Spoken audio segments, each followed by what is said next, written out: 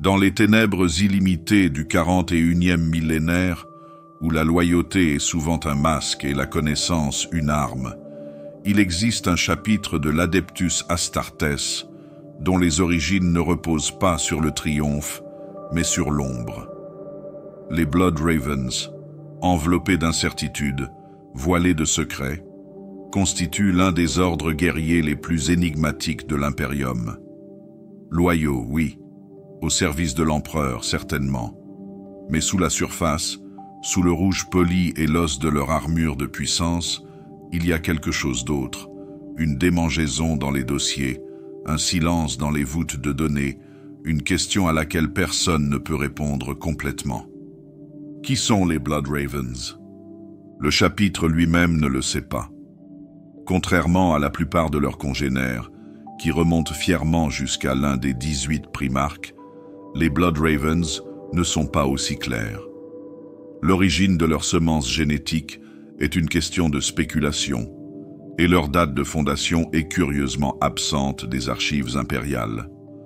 Bien qu'ils servent fidèlement l'Imperium depuis des siècles, voire des millénaires, les documents relatifs à leur création sont absents, expurgés ou perdus.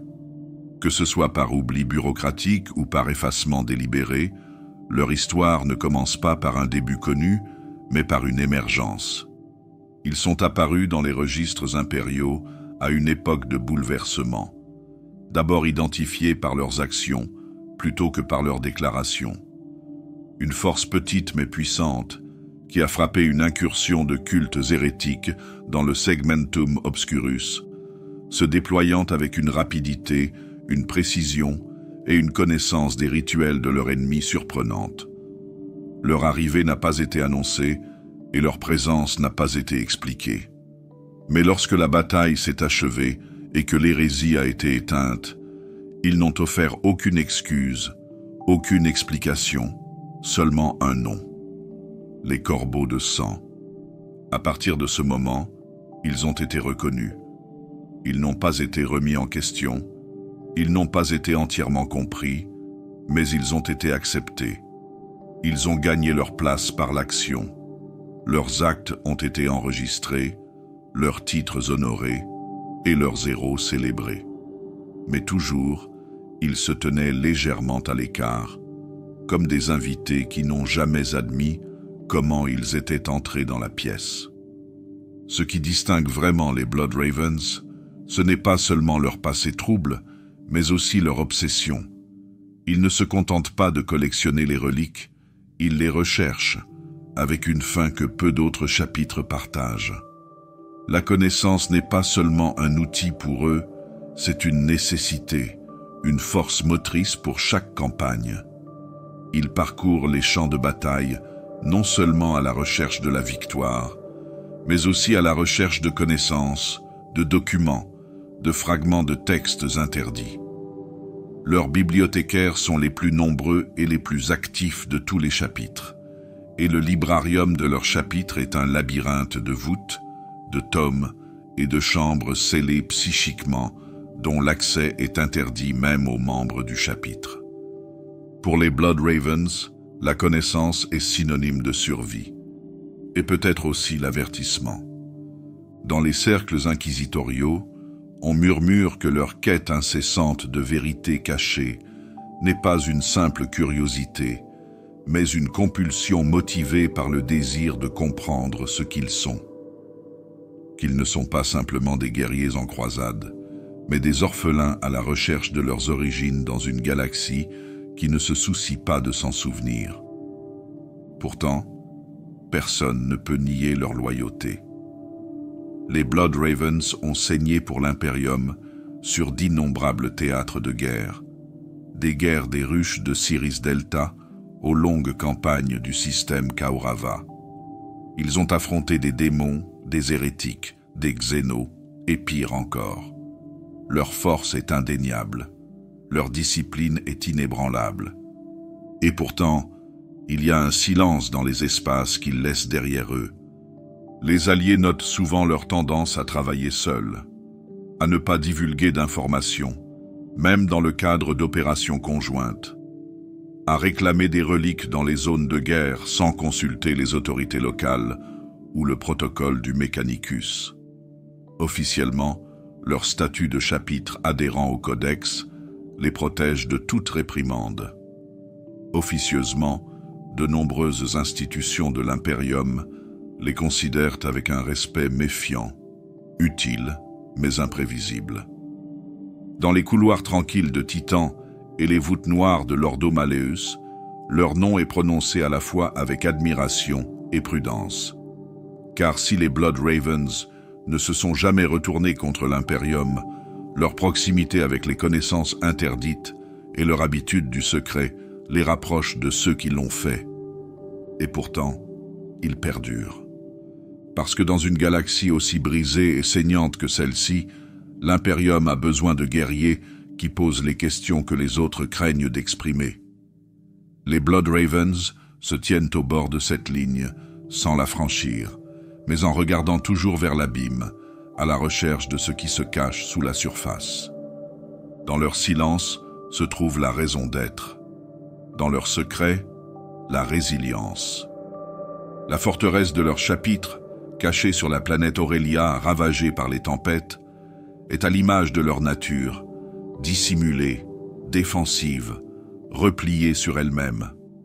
Même dans leur propre rang, le savoir est mis en veilleuse, accordé avec parcimonie, gagné par l'action et jamais donné gratuitement. Être un corbeau de sang, c'est accepter le mystère. Se battre non seulement pour l'empereur, mais aussi pour une vérité qui ne sera peut-être jamais entièrement découverte. Ils sont sortis de l'ombre. Ils se battent dans l'ombre.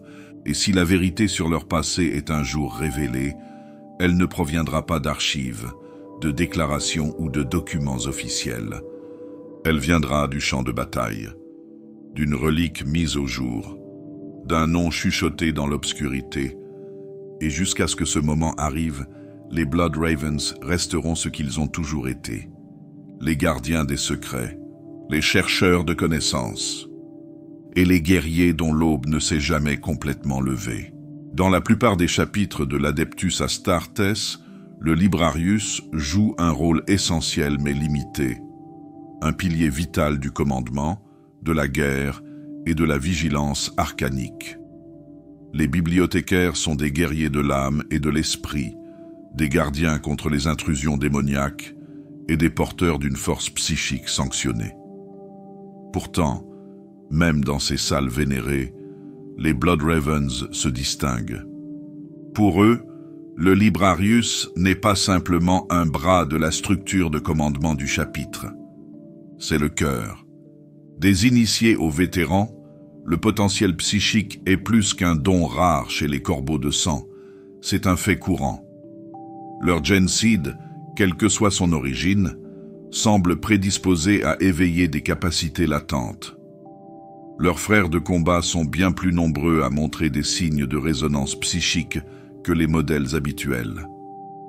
Ce qui serait un phénomène rare dans d'autres chapitres est presque routinier dans le leur, et ils l'acceptent. Les bibliothécaires des Blood Ravens ne sont pas cloîtrés. Ils ne s'attardent pas à la limite du commandement. Ils dirigent, ils décident, ils façonnent le champ de bataille, non seulement par le biais de la lame et de l'épée, mais aussi par le biais de la main invisible du warp qui se fait chair. Ils convoquent des tempêtes psychiques pour disperser les formations ennemies, envelopper les alliés dans des nuages de lumière et déchiqueter les démons avec du feu mental avant même qu'un bolter ne soit levé. Cette maîtrise n'est pas le fruit de la seule puissance brute, elle s'acquiert par l'étude, la discipline et la recherche incessante de la connaissance. Le Librarius des Blood Ravens est l'un des plus vastes et des plus secrets de l'Imperium. Au plus profond de leur monastère-forteresse, d'interminables couloirs mènent à des voûtes entourées de champs de stase et de protection psychique. Ici, des textes sont enchaînés au fer, des tomes d'écriture interdite rédigés dans le sang et le feu. Certains sont anciens, d'autres ont été récupérés dans des ruines Xénos ou dans les couloirs brisés des bastions des traîtres. Quelques-uns sont si dangereux qu'il suffit de lire leur titre pour risquer de sombrer dans la folie. Et pourtant, ils étudient. La connaissance est plus qu'un outil pour les corbeaux de sang. C'est un bouclier contre l'ignorance, une arme contre la tromperie et peut-être une carte de leur propre passé oublié. Ils répertorient tout, chaque engagement, chaque ennemi, chaque anomalie. Leurs archives sont obsessionnellement détaillées, leurs archivistes infatigables. Les bibliothécaires mènent souvent des opérations de récupération, non pas dans un but stratégique, mais pour s'emparer d'artefacts, de scripts ou de voxlogs codés provenant de champs de bataille que d'autres considéreraient comme stériles. On dit, bien que cela n'ait jamais été officiellement confirmé, que les Blood Ravens ont récupéré des volumes que même l'Inquisition croyait perdus. Le fait qu'ils mettent l'accent sur la bibliothéconomie ne signifie pas qu'ils négligent le combat. Bien au contraire. Leurs prouesses psychiques ont fait leurs preuves sur le champ de bataille et le bilan de guerre du chapitre est rempli de déploiements où les bibliothécaires ont dirigé des compagnies entières. Lors de la campagne de Kaurava, la bibliothécaire Rama a tenu une cathédrale marquée par la distorsion contre une armée entière de démons, canalisant une puissance qui a fendu le ciel et fait s'effondrer une porte de distorsion par sa seule volonté. Lors du schisme géridien, 3 bibliothécaires travaillant en tandem ont créé une boucle de rétroaction psionique qui a paralysé une structure de commandement ennemie avant même l'atterrissage de la première capsule. Sur le Tartare, c'est le bibliothécaire Isadore Achios qui a découvert des secrets vitaux enfouis sous des ruines Xénos, bien que son destin ait plus tard jeté une longue ombre sur le nom du chapitre. Les risques sont omniprésents. Le pouvoir psychique n'est pas un don sans conséquence. Les Blood Ravens marchent sur la corde raide entre la puissance sanctionnée et l'excès interdit. Le warp est inconstant. Il récompense la curiosité par le pouvoir et punit l'orgueil par la damnation. Le chapitre a connu ce coup plus d'une fois. Des noms ont été rayés de leur registre. Des héros dont on ne se souvient que dans le silence. Des escouades entières ont sombré dans la folie à la poursuite d'un savoir trop dangereux pour être assumé. Mais ils continuent quand même. Car pour les Blood Ravens, l'ignorance n'est pas la pureté. C'est de la faiblesse. Les ennemis qu'ils affrontent, démons, hérétiques, Xénos, ne s'appuient pas uniquement sur la force brute. Ils chuchotent, manipulent, attirent. Seule la connaissance, durement acquise, souvent douloureuse, peut véritablement les armer contre de tels ennemis. Leur librarius est plus qu'un dépôt d'arcanes. C'est un creuset. Il forge des guerriers non seulement de corps et d'esprit, mais aussi de mémoire. Chaque sort lancé, chaque vision endurée, chaque cicatrice gravée par la foudre s'ajoute au puzzle toujours plus grand qu'ils s'efforcent de résoudre. Qui sommes-nous? Pourquoi avons-nous été créés? Et quel secret dort dans le vide à la place du nom de notre primarque? Ils n'ont pas encore les réponses. Mais à chaque engagement psychique, à chaque fragment d'écriture perdue, à chaque poussée de puissance portée par le warp, qui ne réclame pas leur âme, ils se rapprochent un peu plus. Chez les Blood Ravens, le librarius n'est pas seulement l'ascendant, elle est absolue. Dans les grands halls de l'Adeptus Administratum, où les voûtes de données s'étendent sur des kilomètres et où les archivistes vieillissent sous le poids du parchemin et du protocole, il y a un murmure, une note d'irritation enfouie dans l'archivage méticuleux de l'Imperium. Un silence unique et obstiné dans le cœur d'une documentation sans fin. Les corbeaux de sang. Leur nom apparaît dans les journaux de bord actuels. Leurs déploiements sont répertoriés avec précision. Leurs honneurs, leurs citations et leurs victoires sur le champ de bataille sont tous présents. Mais lorsque l'on remonte à leurs origines, Lorsque l'on tente de suivre le fil de leur création à rebours, il se passe quelque chose de particulier. Les dossiers disparaissent. Il n'y a pas de date de fondation officielle, aucune trace de la désignation de leur semence génétique. Aucune légion primogénitrice n'est attachée à leur nom. Les grands registres de fondation des Space Marines, conservés sous clé et sous cryptage sanctifié, énumèrent les premiers chapitres avec une fière clarté. Ultramarine, points impériaux, salamandres, des chapitres successeurs avec une lignée claire et des liens de sang approuvés. Mais parmi eux, les Blood Ravens sont absents. Les érudits du Mechanicus ont fouillé leurs archives. L'Inquisition a soumis des demandes officielles, parfois subtiles, parfois énergiques. Mais le résultat est toujours le même. Il n'y a rien. Ou pire, il y a des entrées qui devraient exister, mais qui ont été effacées. Des pages vierges où quelque chose a manifestement vécu. Des désignations de fondateurs qui sautent un numéro sans explication. Des tableaux de pureté des semences génétiques avec la mention « données supprimées » imprimée en rouge si profond que l'encre traverse le parchemin. Il ne s'agit pas d'un oubli, il s'agit d'une omission. Ce vide délibéré en a poussé plus d'un à la spéculation et plus d'un à la folie tranquille. Au sein de l'Ordo Hereticus, certains le considèrent comme un signal d'alarme. La théorie est simple et glaçante. Seuls ceux qui ont quelque chose à cacher exigent le silence à la place de l'histoire. Et dans l'Imperium, les vérités interdites ne manquent pas. Une théorie persistante associe les Blood Ravens aux légions perdues, les 2e et 11e. Bien que ces légions aient été rayées des archives impériales bien avant l'hérésie, leur existence fut un jour reconnue et leur effacement délibéré et complet. Certains murmurent que les Blood Ravens ne sont pas une création ultérieure, mais un survivant, un fragment de l'une de ces lignées perdues, restauré en secret pour des raisons inconnues. D'autres évoquent leur affinité psychique, leur quête incessante de connaissances interdites, et aboutissent à un autre nom. Les 1000 fils. Il s'agit d'une suggestion dangereuse, qui équivaut à une hérésie dans de nombreux cercles. Mais des parallèles existent.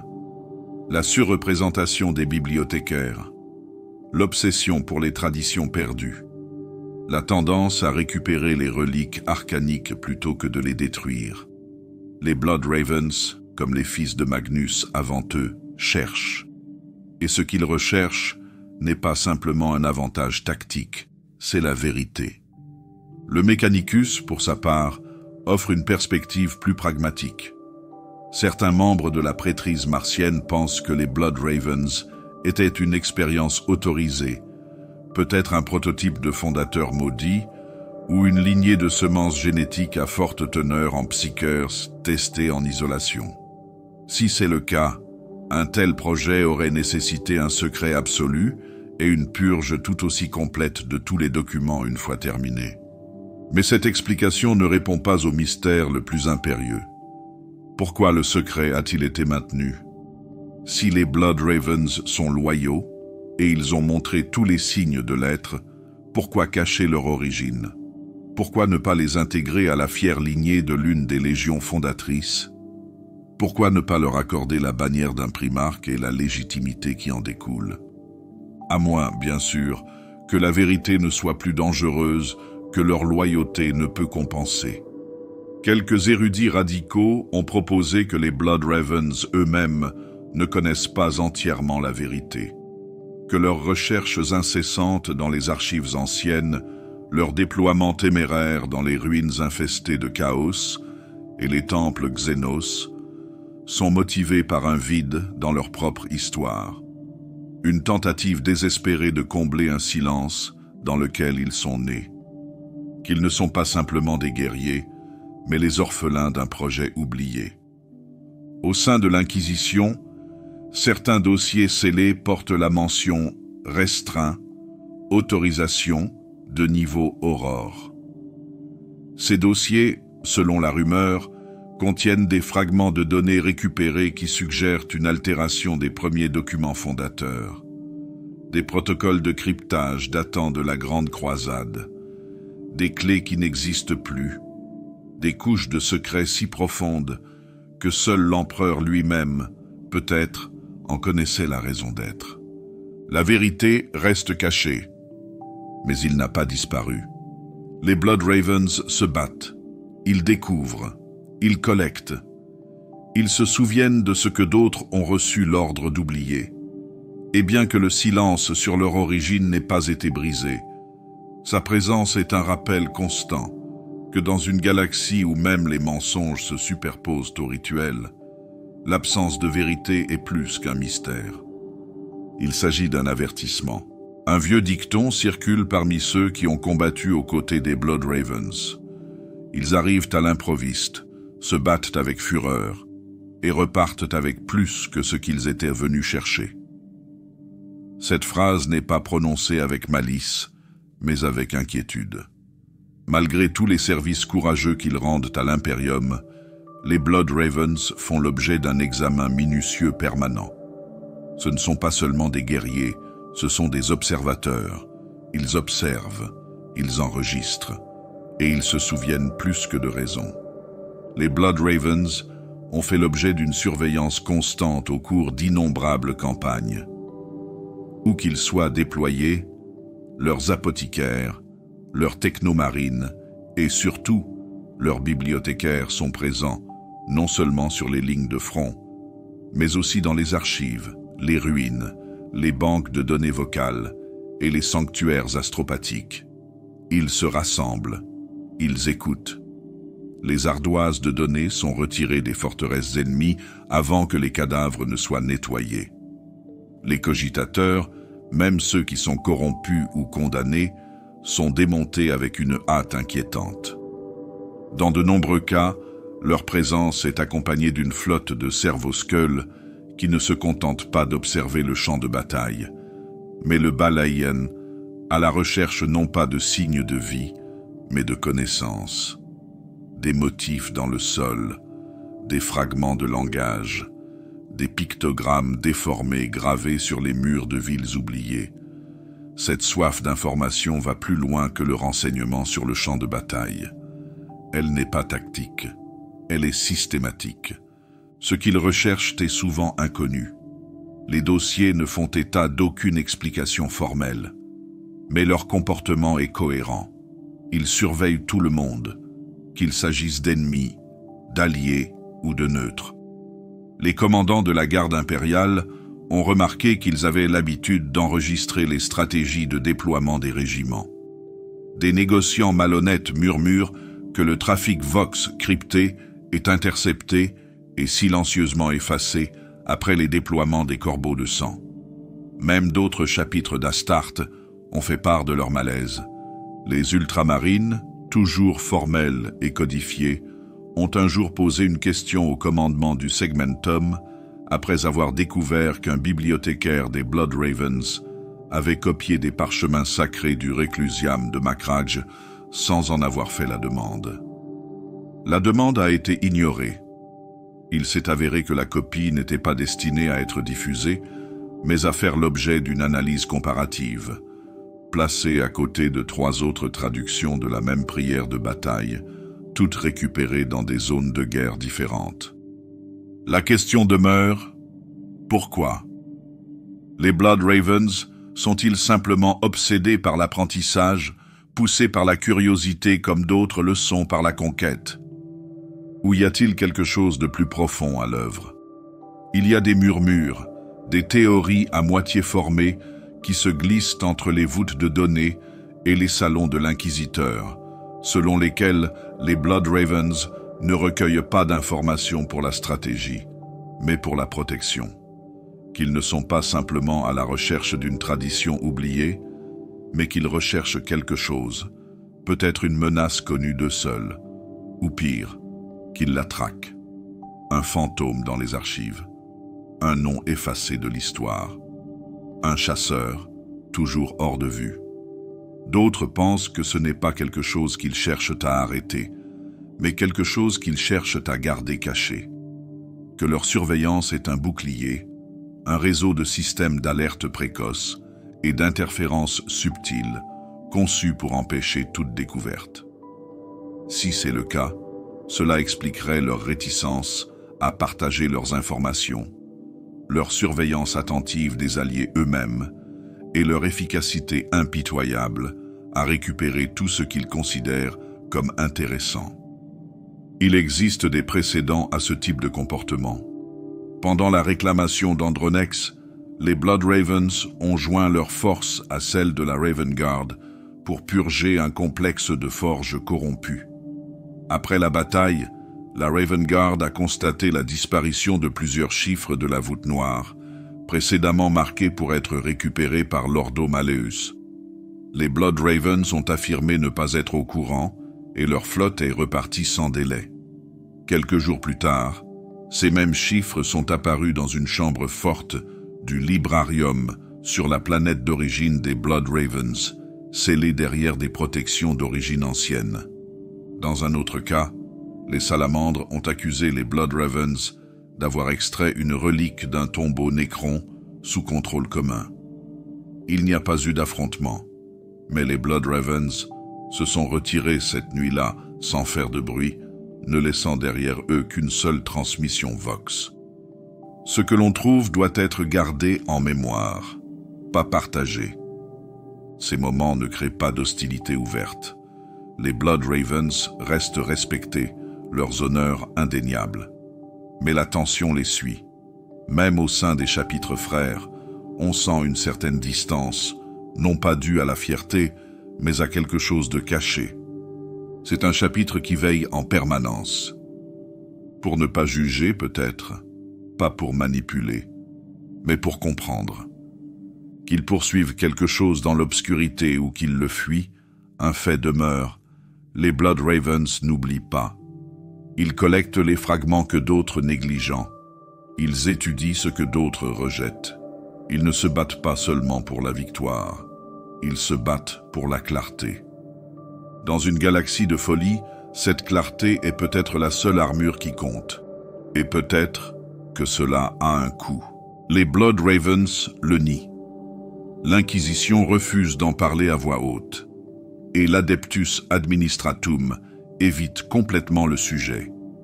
Pourtant, dans les espaces calmes entre les zones de guerre, parmi les chuchotements échangés dans les chambres scellées et les relais astropathiques vacillants, la théorie persiste. Les Blood Ravens descendent peut-être des Thousand Sons.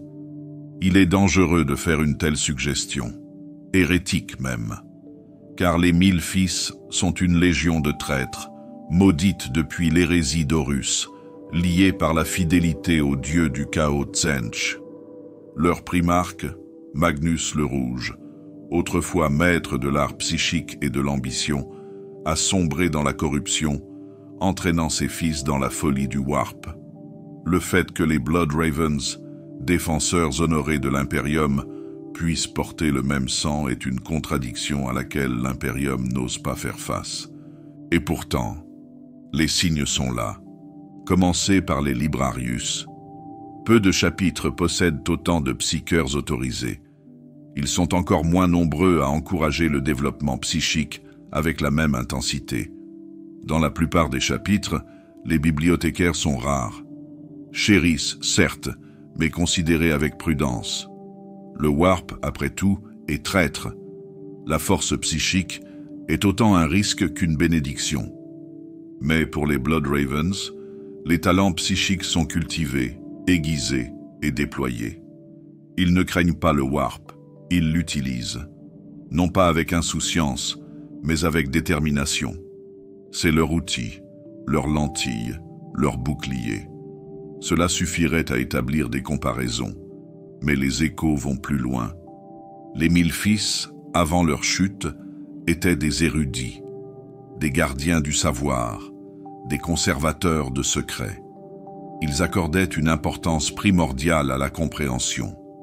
Leur bibliothèque, dit-on, rivalisait autrefois avec celle de Terra par sa taille et sa complexité. Ils n'étaient pas seulement des guerriers, Ils étaient des chercheurs. Et les Blood Ravens ne sont pas différents. Les deux légions, l'une perdue, l'autre loyale, se déplacent dans la galaxie avec la même fin. Pas pour la conquête, mais pour la vérité. Les Blood Ravens ont récupéré des artefacts dans d'anciens temples Xénos, des tombes infestées par le chaos et des coffres scellés par le Mechanicus. Ils risquent la folie, voire pire, pour récupérer des textes que d'autres condamneraient aux flammes. Encore et encore, ils reviennent avec des fragments du passé, non pas pour les détruire, mais pour les étudier. Ils partagent également une affinité inhabituelle pour les reliques qui semblent adaptées à leur penchant psychique. Des bâtons accordés à la distorsion, des armures qui résonnent avec les commandes mentales, des lames qui bourdonnent d'énergie latente. Ces objets ne sont pas le fruit du hasard. Ce sont les échos d'une lignée qui a jadis suivi le même chemin, guidée par la même soif de compréhension. La campagne sur Arcadia 9 a mis ces comparaisons en évidence. Là, enfouie sous 1000 ans de cendres et de ruines, se trouvait une voûte gravée de runes inconnues depuis l'hérésie. Les Blood Ravens ont sécurisé le site avant que l'Ordo Malleus ne puisse intervenir. Ce qu'ils ont trouvé n'a jamais été révélé publiquement, mais les personnes présentes ont décrit les runes comme correspondant à la conception prospéroenne d'avant l'hérésie. Ils ont tout pris. La chambre forte a été scellée derrière des protections psychiques, et aucun autre accès n'a été autorisé. Un inquisiteur qui avait protesté contre l'action unilatérale du chapitre a disparu peu après. Aucune accusation n'a été portée. Aucune enquête n'a suivi. Le lien est circonstanciel, mais dense. Magnus le Rouge, le roi cramoisi, était un maître de la prévoyance, de la prophétie en couches et de la signification codée. Sa légion lui a emboîté le pas, écrivant l'histoire non pas à l'encre, mais dans les symboles et le silence. Les Blood Ravens fonctionnent souvent de la même manière. Leurs bibliothécaires sont connus pour parler par énigmes. Les archives de leurs chapitres ne sont pas chronologiques, mais thématiques, regroupées par résonance conceptuelle plutôt que par séquence temporelle. C'est comme s'ils ressentaient l'histoire plutôt que de la réciter. Qu'en est-il de leur nom? Les Corbeaux de sang. Un titre étrange. Il n'est pas lié à un monde fondateur, à une campagne célèbre ou à un héros connu, mais à deux symboles profondément associés à l'héritage de Magnus. Le sang, pour le sacrifice, pour les marées cramoisies de Prospero, pour le prix de la connaissance interdite, et les corbeaux, pour la mémoire, pour les gardiens, pour ceux qui tournent autour de la mort et ne détournent pas le regard. Ce n'est pas une preuve, mais il n'est pas facile de l'écarter. Si les Blood Ravens descendent des Thousand Sons, qu'est-ce que cela signifie? Sont-ils souillés, rachetés, un éclat de loyauté oublié, préservé au mépris du destin? Ou ont-ils été conçus, intentionnellement cachés, leurs origines enfouies sous des couches de secrets pour donner à l'Imperium une arme de plus contre le chaos, forgée à partir de l'ombre même du chaos? Le chapitre n'offre aucune réponse. Ils ne parlent pas de leur passé, parce qu'ils ne le peuvent pas. Et pourtant, ils le recherchent sans cesse. Ils épluchent les couches de l'histoire à chaque campagne, non pas pour la gloire, mais pour la reconnaissance. Ils ne se contentent pas de chasser des ennemis. Ils se chassent eux-mêmes. Et plus ils regardent en profondeur, plus le passé se rappelle à eux. Pas dans la haine, mais dans la compréhension. Il y a des endroits dans la galaxie où la raison se brise, où le temps s'effiloche et où les étoiles hurlent des souvenirs qui n'ont jamais existé. Ce sont les régions revendiquées par l'œil de la terreur, la plaie ouverte du warp qui saigne dans l'espace réel. Rares sont ceux qui osent y pénétrer. Plus rares encore sont ceux qui en reviennent. C'est un royaume régi non par la physique ou la foi, mais par la folie manifestée. Et pourtant, Les Blood Ravens y vont de bon cœur. Contrairement à la plupart des chapitres, qui évitent le contact de l'immatérium, sauf en cas de nécessité, les Blood Ravens recherchent les confins du Warp. Leurs croiseurs d'attaque ont été enregistrés en train de naviguer dans des tempêtes qui auraient dû les déchirer, plongeant dans des régions de l'espace si corrompues que l'Astronomicon n'offre aucune lumière. Ils n'évitent pas la présence des démons. Ils les poursuivent, non pas par insouciance, mais avec un but étrange et déterminé. Nombre de leurs opérations près de l'œil de la terreur ne sont jamais officiellement approuvées. Elles apparaissent soudainement dans des zones de guerre où la réalité est mince et où le voile entre les dimensions tremble. Souvent, ces lieux n'ont aucune valeur stratégique. Des mondes perdus dans le temps, des lunes flottant dans un silence de distorsion, d'anciennes installations à moitié englouties par les marées du chaos. Et pourtant, encore et encore, les Blood Ravens descendent. Ils sont attirés par ces lieux, non pas pour les conquérir, mais pour les retrouver. Ce qu'ils recherchent n'est souvent pas clair. Textes, des artefacts, des échos de vérités oubliées, laissés par l'Imperium, par des civilisations xénos ou par des traîtres depuis longtemps relégués dans l'oubli. Ils arpentent les salles qui servaient autrefois les porteurs de parole. Ils escaladent des tours qui ont chanté avec les voix des enfants de l'empereur. Ils plongent dans des ruines souillées par la Légion Noire elle-même. Et de chacun de ces sanctuaires maudits, ils émergent avec quelque chose, des livres reliés par du métal et de la peau, des cristaux qui bourdonnent de dissonances psychiques, des armes dont les noms sont antérieurs à l'Imperium lui-même. L'Ordo Malleus l'a remarqué. Plus d'une fois, des inquisiteurs sont arrivés sur des sites touchés par la distorsion pour découvrir que les Blood Ravens avaient déjà disparu, que les reliques avaient été enlevées et que les données avaient été effacées. Les demandes d'explication se heurtent au silence ou à de vagues invocations de confinement protecteur. Certains chuchotent que les Blood Ravens agissent comme des conservateurs de connaissances interdites, sauvant la vérité de la ruine avant qu'elle ne tombe entre de mauvaises mains. D'autres craignent qu'ils ne la gardent tout simplement pour eux. Leurs rencontres avec les démons ne font qu'approfondir le mystère. Les Blood Ravens combattent les Ruinous Powers avec une férocité inégalée, mais ils font également preuve d'une étrange familiarité. Leurs bibliothécaires récitent des chants anciens que l'on ne trouve pas dans les textes officiels. Leurs psycheurs naviguent dans les anomalies de distorsion avec une facilité instinctive. Au combat, ils réagissent au mouvement des démons avec une anticipation qui confine à la précognition.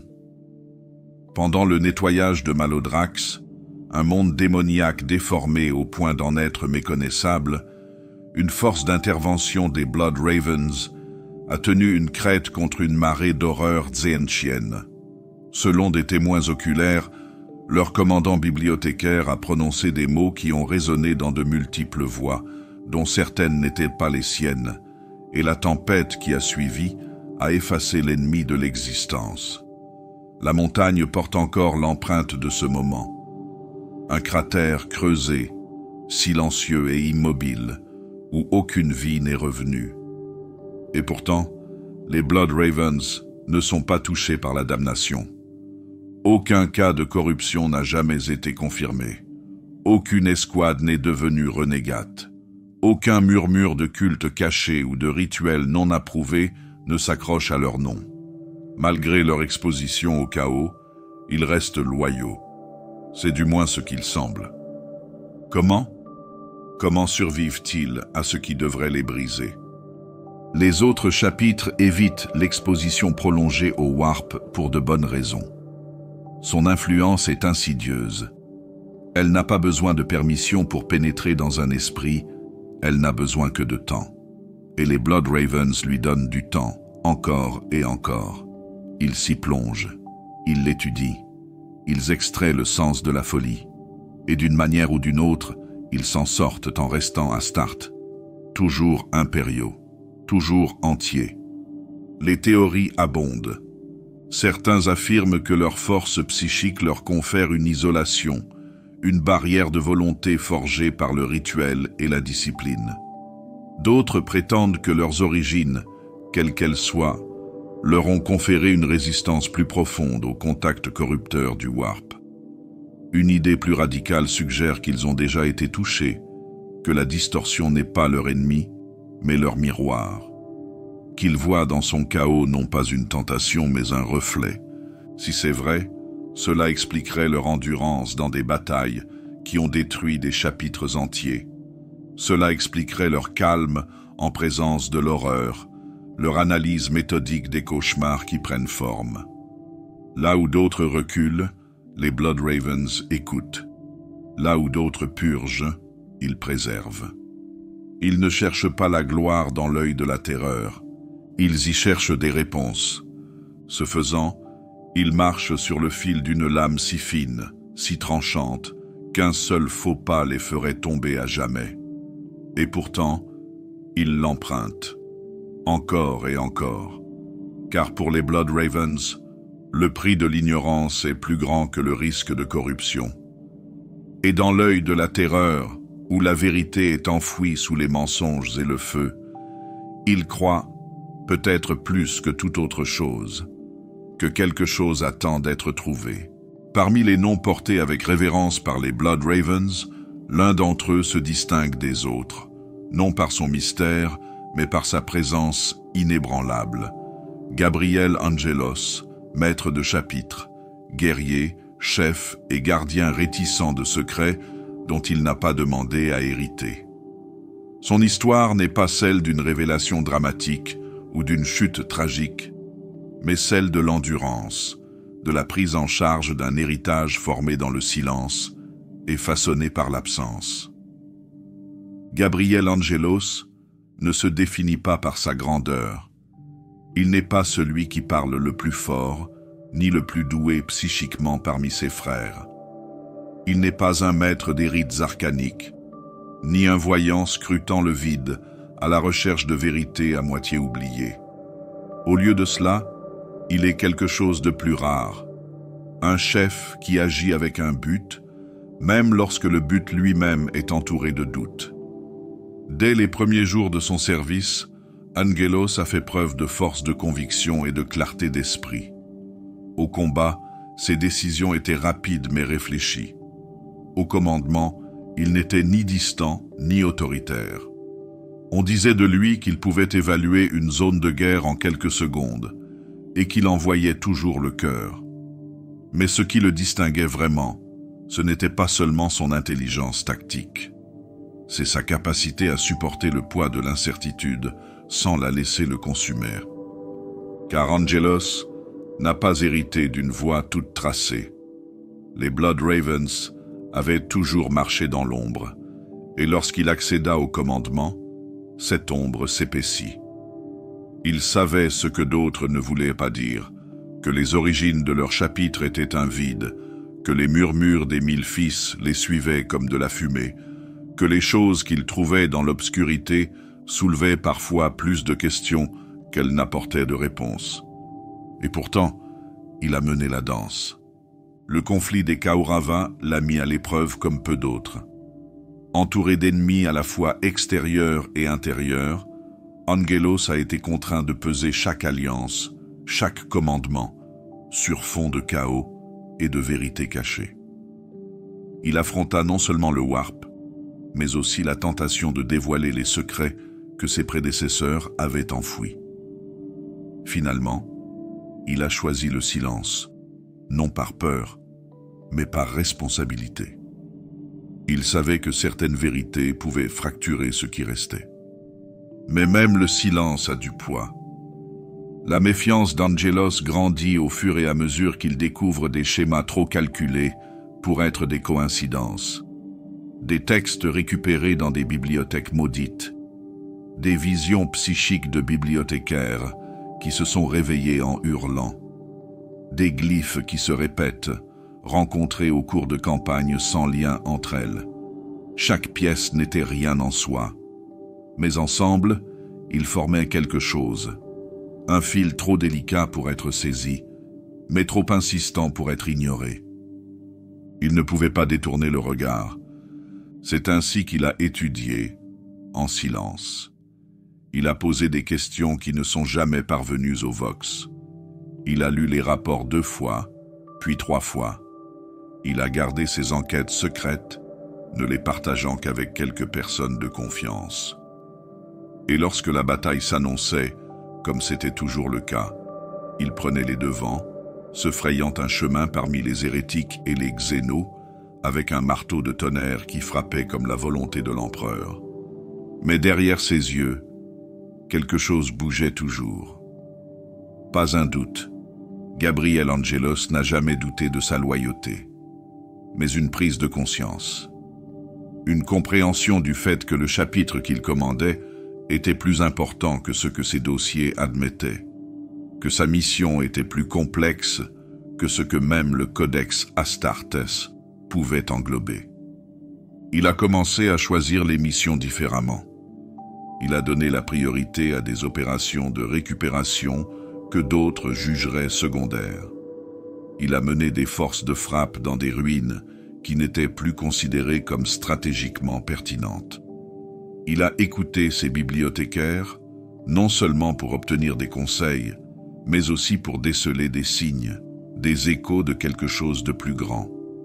Il n'a pas agi comme un homme qui s'accroche à des ombres, mais comme quelqu'un qui marche sur un chemin à moitié éclairé, déterminé à ne pas faiblir. Interrogé par ses alliés, Angelos n'a pas donné grand-chose. Son ton restait calme. Son raisonnement était solide. Mais ceux qui le connaissaient bien pouvaient sentir le changement. C'était un homme chargé d'une vérité trop vaste pour être nommé, une vérité qui ne serait pas entièrement comprise de son vivant, peut-être même jamais. Et pourtant, il ne s'en est jamais détourné. C'est ce qui définit Gabriel Angelos.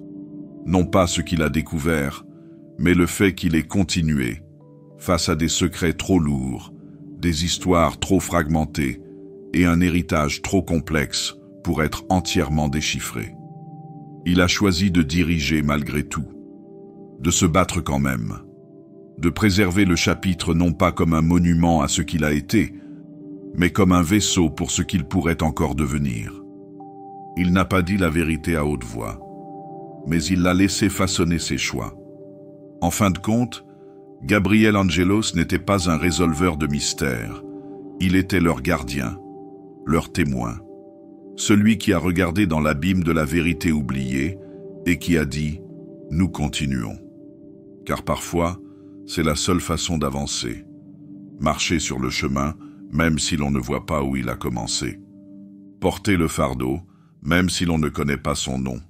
Se battre, non pas en dépit du silence qui vous entoure, mais à cause de lui. Les Blood Ravens sont connus pour leur quête incessante de connaissances. Mais dans une galaxie où l'information est souvent entachée d'hérésie, où la vérité peut tordre les esprits et pourrir la foi, la question doit être posée. Cette quête est-elle une noble croisade pour la compréhension ou le lent effritement d'un chapitre trop étroitement lié à son passé? Dans les voûtes cachées de leur librarium, des tomes sont scellés dans des enceintes qui palpitent faiblement lorsqu'on s'en approche. Des parchemins écrits dans des langues perdues dans les annales de l'Imperium sont conservés avec un soin obsessionnel. Les artefacts, dont certains brillent d'une énergie liée au warp, reposent dans des sarcophages à boucliers psychiques, protégés non seulement du monde extérieur, mais peut-être aussi du chapitre lui-même. Ce ne sont pas de simples trophées de guerre. Ils sont étudiés, analysés, recoupés. Les Blood Ravens ne craignent pas ce qu'ils trouvent. Ils craignent de ne pas savoir ce que cela signifie. À leurs yeux, l'ignorance est le véritable ennemi, la corruption la plus dangereuse qui soit. Pour eux, la connaissance n'est pas un péché, c'est une nécessité. Mais dans ce domaine, ils marchent sur le fil du rasoir. Le chapitre a récupéré des textes sur des mondes infestés de démons, des parchemins gravés dans les os de psycheurs morts depuis longtemps et des dataslats arrachés à des ruines xénos, empestant les résonances interdites. Chaque découverte est cataloguée, disséquée et comparée aux codes internes de plus en plus nombreux qui vont bien au-delà des enseignements du Codex Astarte. Nombre de ces tomes auraient été détruits par n'importe quel autre chapitre, réduits en cendres sous la bouche d'un pistolet d'abattage ou jetés au feu avec une prière sur les lèvres. L'Ordo Malleus déclare ces objets impurs. L'Ecclésiarchie les appelle poison, mais les Blood Ravens les conservent, pas pour les vénérer, pas pour les imiter, mais pour comprendre. Le dilemme prend alors forme. Protègent-ils l'impérium de ce qu'ils découvrent ou se protègent-ils eux-mêmes de ce qu'ils pourraient devenir? La frontière s'estompe un peu plus à chaque récupération. Au cours de l'incursion d'Al-Riaden, une équipe de Blood Ravens a découvert une chambre forte contenant des textes de sorcellerie enterrés sous un monastère altéré par le chaos. Dans cette chambre forte étaient inscrits des diagrammes rituels étrangement similaires aux séquences d'entraînement psychique du chapitre, séquences que les Blood Ravens utilisaient depuis des siècles. Aucun document n'explique l'origine de ces séquences. Aucune justification n'a été donnée. L'affaire a été scellée, les textes mis sous clé et l'opération classée secrète. Un autre témoignage, non vérifié mais persistant, décrit un bibliothécaire trouvé en pleine méditation devant un fragment de pierre spirituelle Eldar, murmurant dans un dialecte inconnu de ses frères. Lorsqu'on l'interrogea, il répondit « La pierre se souvient de vérités que nous avons oubliées. » Aucune mesure ne fut prise. Il retourna au combat le lendemain. Mais une note a été ajoutée au journal de bord du Librarius.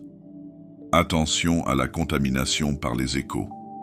Il est possible, voire probable, que les Blood Ravens comprennent les risques. Qu'ils sachent que ce qu'ils portent pourrait briser des esprits plus faibles ou inviter la corruption au cœur de leur chapitre. Et pourtant, ils persistent, parce qu'ils croient, plus profondément que la plupart des gens, que l'ignorance n'est pas la sécurité. Pour eux, chaque relique perdue est un avertissement ignoré. Chaque tome interdit est une histoire que l'Imperium a oubliée. Chaque connaissance effacée par le feu est une blessure qui s'envenime au lieu de guérir. Ce n'est pas en se détournant du passé que l'on rend la galaxie plus sûre, c'est en la rendant plus vulnérable. Cette philosophie, tranquille et dangereuse, les distingue des autres. Les autres chapitres vénèrent la force, la pureté et l'ordre. Les Blood Ravens vénèrent la mémoire, même quand la mémoire brûle, même quand elle condamne. Mais que se passe-t-il lorsque la vérité qu'ils découvrent se retourne contre eux? Et si le savoir caché qu'ils recherchent si désespérément n'était pas destiné à sauver les autres, mais à combler le vide au fond d'eux-mêmes? Leur quête, malgré toute sa puissance, n'est peut-être pas pour l'Imperium, c'est peut-être pour eux-mêmes, pour comprendre leur genèse, pour définir leur place dans un univers qui refuse de les nommer. Ils parcourent les étoiles non seulement pour gagner des batailles, mais aussi pour se construire une identité à partir de fragments et d'ombres. Ce faisant, ils s'exposent à ce que tout chercheur de connaissances interdites doit affronter. La vérité ne les rendra peut-être pas libres. Elle peut les lier plus étroitement aux origines mêmes qu'ils craignent et aux forces auxquelles ils prétendent résister. Et pourtant, ils continuent. Car pour les Blood Ravens, l'alternative est impensable. Se détourner du chemin de la connaissance, c'est s'abandonner à l'ignorance, c'est vivre dans les ténèbres dont ils sont issus. Mieux vaut traverser le feu les yeux ouverts, même si cela les marque, que de s'agenouiller dans un aveuglement volontaire. Protègent-ils l'humanité? Ou simplement pour sauver leur âme? Peut-être les deux. Ou peut-être qu'en fin de compte, il n'y a pas de différence. Dans une galaxie régie par une hiérarchie rigide, une loyauté forcée et une vérité sanctionnée, l'existence des Blood Ravens pose une question inconfortable, non seulement aux érudits et aux guerriers, mais aussi à l'idée même du contrôle impérial. Pourquoi ont-ils le droit d'exister? Chapitre sans primarque connu, pas de date de fondation, pas d'origine génétique confirmée. Un librarius si vaste et si psychique qu'il frôle l'ésotérisme. Un modèle d'opération qui implique fréquemment des reliques interdites, des textes perdus et l'exposition au chaos. N'importe quelle autre force, régiment de la garde impériale, maison de rogue traders, voire même un autre chapitre d'Astartes, serait depuis longtemps tombé sous le coup de la censure, de la surveillance ou de l'extermination pure et simple. Mais pas les Blood Ravens. On les laisse tranquilles. Ils ne sont pas seulement tolérés, mais on leur accorde une grande liberté d'action. Leurs demandes de déploiement sont approuvées avec un minimum de résistance. Leur présence sur les mondes contrôlés par l'Adeptus Mechanicus, l'Inquisition, et même l'Adeptus Custodes, est accueillie par des hochements de tête silencieux plutôt que par des contestations. C'est comme si un accord tacite les entourait, un bouclier invisible de permission que personne ne prétend avoir donné. C'est ainsi que dans certains cercles inquisitoriaux, une spéculation plus sombre a vu le jour. Les Blood Ravens ne sont peut-être pas une erreur. Ils peuvent être une variable contrôlée, une anomalie sanctionnée, laissée en dehors des paramètres rigides de la conception impériale afin d'étudier quoi? Les effets de la prolifération psychique sur les gènes des Space Marines, la capacité de survie à long terme d'une guerre fondée sur la connaissance, ou peut-être quelque chose de plus profond encore, une expérience vivante de ce qui se passe lorsqu'un chapitre naît sans loyauté claire envers un primarque connu, et qu'il est forcé de se façonner entièrement à partir de sa mémoire. Ces idées ne figurent pas dans les rapports officiels. Elles sont enfouies dans des missives scellées, transmises entre les inquisiteurs de l'Ordo Malleus et de l'Ordo Xenos, marquées de sigles qui interdisent la reproduction ou le stockage. Elles font référence aux Blood Ravens par des noms de code, Echo Cells, Project Amber, Gene Study, variante Theta. Le ton n'est pas hostile, il est clinique, mesuré, comme s'il observait la lente progression d'un pari à long terme. Certains vont encore plus loin. Il existe une théorie, radicale, même selon les critères de l'Inquisition, selon laquelle les Blood Ravens font partie d'un plan que l'empereur lui-même a mis en œuvre. Une éventualité. Une force cachée conçue non pas pour maintenir la forme actuelle de l'Imperium, mais pour l'observer, pour enregistrer ses échecs, pour survivre à sa chute. Dans cette interprétation, les Blood Ravens ne sont pas un angle mort. Ils sont les témoins de l'empereur, gardiens non pas de la tradition, mais du savoir délibérément refusé aux autres. Là où le Codex Astartes dicte la structure et le devoir, les Blood Ravens recherchent la compréhension. Là où l'ecclésiarchie exige la foi, ils exigent des preuves. Leur existence même remet en question les mécanismes de l'Imperium, non par la rébellion, mais par un défi tranquille. Ils posent des questions que personne d'autre n'est autorisé à poser. Et c'est peut-être justement pour cela qu'ils sont encore autorisés à exister. Si c'est vrai, la liberté des Blood Ravens n'est pas un défaut de la bureaucratie impériale. C'est une caractéristique, une fissure laissée délibérément dans le mur, une soupape de pression dans un système qui doit occasionnellement tester ses propres limites, de peur de s'effondrer sous le poids de son propre dogme. L'Inquisition, ironiquement, peut servir à la fois d'observateur et de facilitateur à cet égard. Les Blood Ravens se sont déjà heurtés à des inquisiteurs, mais ces incidents sont rares et ne dégénèrent que rarement. Les dossiers sont scellés.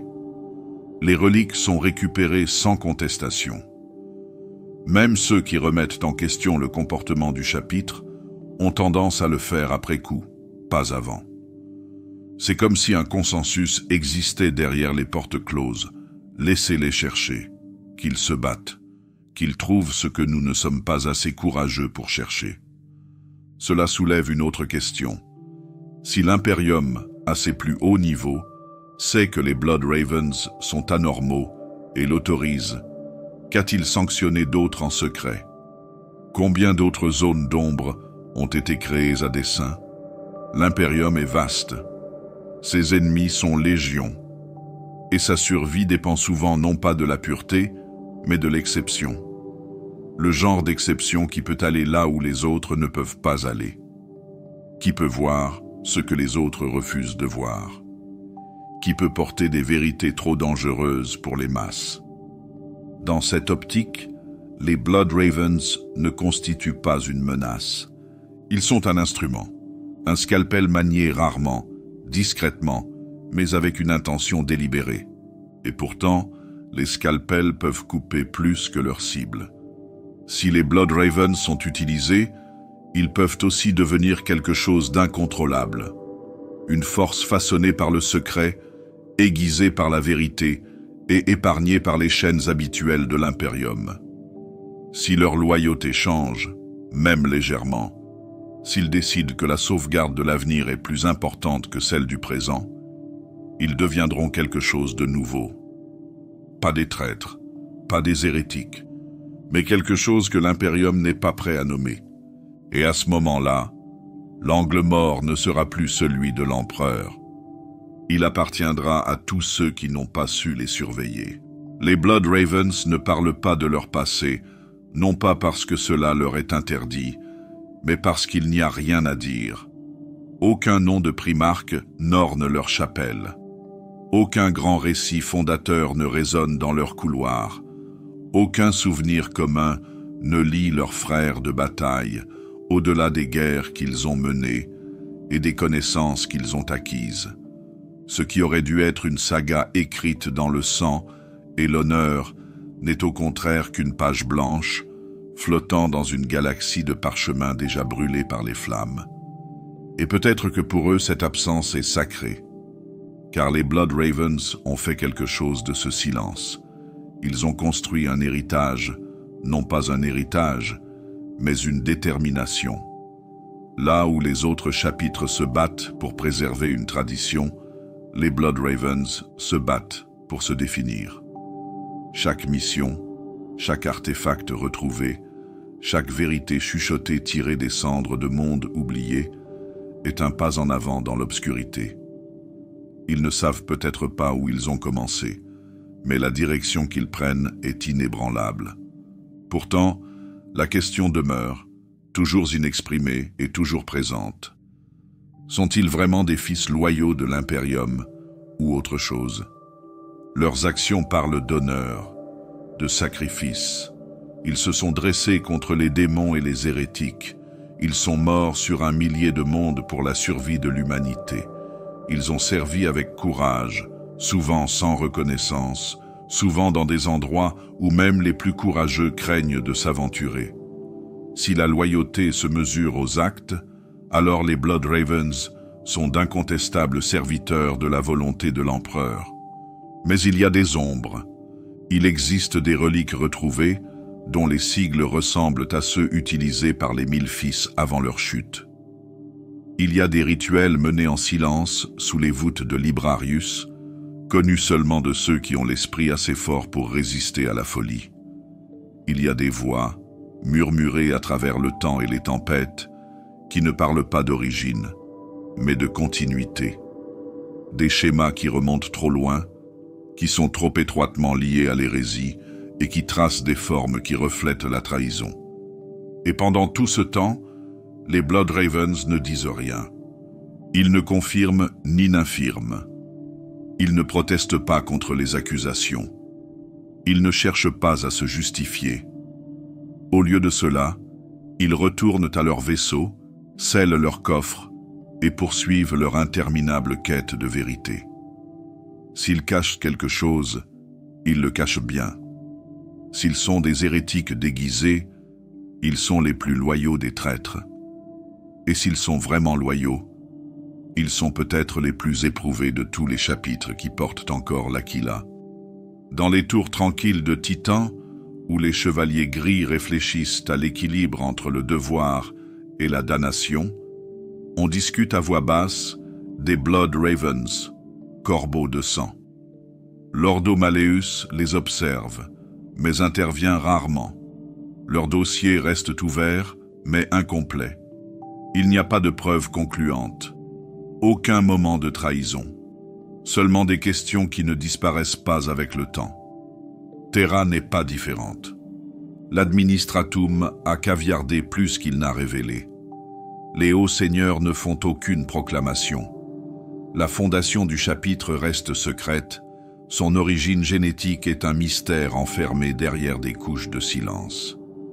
Qu'il s'agisse d'une ignorance volontaire ou d'une décision calculée, nul ne peut le dire. L'impérium ne perdure pas par transparence, mais par nécessité. Et peut-être, juste peut-être, les Blood Ravens répondent à un besoin que personne d'autre ne pourrait satisfaire. Il y a de l'ironie dans leur nom, le sang pour le sacrifice, les corbeaux pour le souvenir. Ils saignent et se souviennent. C'est leur but. Non pas pour honorer un passé qu'ils n'ont jamais connu, mais pour s'assurer que rien d'autre n'est perdu. Dans une galaxie qui brûle, ils rassemblent ce qui reste, non pas pour amasser, mais pour protéger. Pas pour eux-mêmes, mais parce que personne d'autre ne le fera. Et pourtant, les chuchotements. Qu'ils sont les descendants de Magnus le Rouge, qu'ils sont nés d'expériences interdites, qu'ils sont une déviation sanctionnée que l'Impérium n'ose pas admettre, qu'ils sont le pont entre l'ordre et l'hérésie, équilibrés seulement par leur propre refus de tomber. Ils ont été accusés, ils ont été interrogés, mais jamais condamnés, parce que personne ne le sait vraiment. Et c'est peut-être là le cœur du problème. En fin de compte, l'origine importe-t-elle plus que l'action ? Est-il préférable de servir depuis un lieu d'obscurité et de doute, ou de suivre aveuglément au nom d'une gloire héritée ? Si les Blood Ravens se battent avec honneur, protègent l'Impérium et s'opposent à la marée, devront-ils répondre d'une vérité enfouie dans le temps ? Ou suffit-il qu'ils se battent ? Les Blood Ravens eux-mêmes ne le diront pas. Leurs serments sont prononcés en silence. Leur héritage se construit dans l'ombre. Et lorsqu'ils seront partis, lorsque le dernier bibliothécaire fermera la dernière chambre forte et que la dernière relique sera enfermée, ils ne laisseront derrière eux ni confession ni clarté, mais une question qui résonnera dans les couloirs de Titan et dans le monde du trône de Terra. Ont-ils jamais été vraiment les nôtres ? Ou était-il quelque chose de plus ? Quelque chose de plus ancien, quelque chose d'oublié, quelque chose qui n'a jamais été destiné à être trouvé. Dans la longue ombre de l'hérésie d'Horus, parmi les imposantes légendes des 20 fils de l'empereur, un nom résiste à la définition finale. Alpharius, ou peut-être Omégon, est le dernier primarque découvert, le premier à disparaître et le seul à exister en tant que deux. Alpharius Omégon. Un seul nom. Une vérité divisée. Contrairement aux autres primarques, dont la présence était marquée par des guerres tonitruantes ou des révélations radieuses, Alpharius est apparu dans un murmure. L'histoire n'est pas claire. Certains affirment que l'empereur l'a trouvé tardivement au cours de la Grande Croisade. D'autres suggèrent qu'il n'a jamais été perdu. Ce que l'on sait, ou du moins ce sur quoi on s'accorde, c'est qu'Alpharius n'était pas seul. Il avait un jumeau, Omégon. Identiques dans leur esprit, leur forme et leur fonction, les deux frères fonctionnaient en parfaite symétrie. L'un prenait souvent le nom de l'autre. Sur le champ de bataille, au sein de leur propre légion, ou même parmi leurs collègues primarques, personne ne pouvait savoir lequel était l'autre. Cette dualité n'était pas une bizarrerie. C'était une stratégie, un paradoxe vivant, enveloppé de secrets et de précision. Ensemble, ils commandaient la Légion Alpha, la 20e et dernière des légions Space Marine de l'Empereur. Les autres avaient des sigles d'honneur, des bannières de fierté. La Légion Alpha avait adopté l'hydre, plusieurs têtes, toujours plus grandes, impossibles à découper. Sa doctrine en était le reflet. Là où les autres légions frappaient par la force brute, la Légion Alpha s'infiltrait, subvertissait et brisait de l'intérieur. Ils ont fait basculer les batailles avant même que la première lame ne soit tirée. Ils ont paralysé les lignes de ravitaillement, semé la discorde dans les rangs ennemis et se sont infiltrés avec une précision chirurgicale. Des guerres entières ont été gagnées avant même que l'ennemi ne se rende compte qu'elles avaient commencé. La tromperie, l'orientation erronée, la manipulation à plusieurs niveaux n'étaient pas des outils pour la Légion Alpha. C'étaient des instincts. Leur unité sous Alpharius et Omégon était absolue, non pas parce qu'ils étaient les plus forts ou les plus vénérés, mais parce qu'ils incarnaient la vérité centrale de la Légion. L'identité est fluide. Ce qui compte, c'est la mission. Cette culture de l'anonymat se répandit à tous les niveaux de la Légion. Les initiés étaient formés à ne pas rechercher la gloire, mais à disparaître. Les commandants prenaient l'identité des autres. Même Alpharius et Omégon étaient imités par leurs officiers pour confondre les services de renseignements ennemis. Un seul guerrier pouvait porter le nom du primarque sur le terrain, et ses ennemis ne savaient jamais si c'était le véritable Alpharius qui se tenait devant eux ou simplement un autre masque. Mais la dualité qui définit la Légion les sépare également. D'autres légions ont honoré l'héritage. La Légion Alpha honore l'utilité. Les autres avaient des loyautés visibles. La Légion Alpha enterrait les siennes dans le secret. Même leurs collègues primarques trouvaient qu'il était difficile de leur faire confiance. Rogal Dorn, toujours aussi stoïque, mettait en doute leur loyauté. Guilliman, qui aimait l'ordre, s'irritait de leur autonomie. Seul Horus, semblait-il, les comprenait ou pensait les comprendre. Et lorsque l'hérésie arrivera, le rôle de la Légion Alpha sera à la fois vital et impénétrable. Ils se sont rangés du côté des traîtres, cela est certain. Mais les raisons qui les ont poussés à le faire, et la question de savoir s'ils croyaient vraiment en la cause du maître de guerre, n'ont jamais été élucidées. Pour une légion si enracinée dans la tromperie, même leur trahison est suspecte. La théorie la plus persistante parle de la Kabbale, une ancienne coalition de Xénos et de voyants qui ont montré à Alpharius et Omégon une vision. Seule la mort de l'empereur permettrait de vaincre le chaos.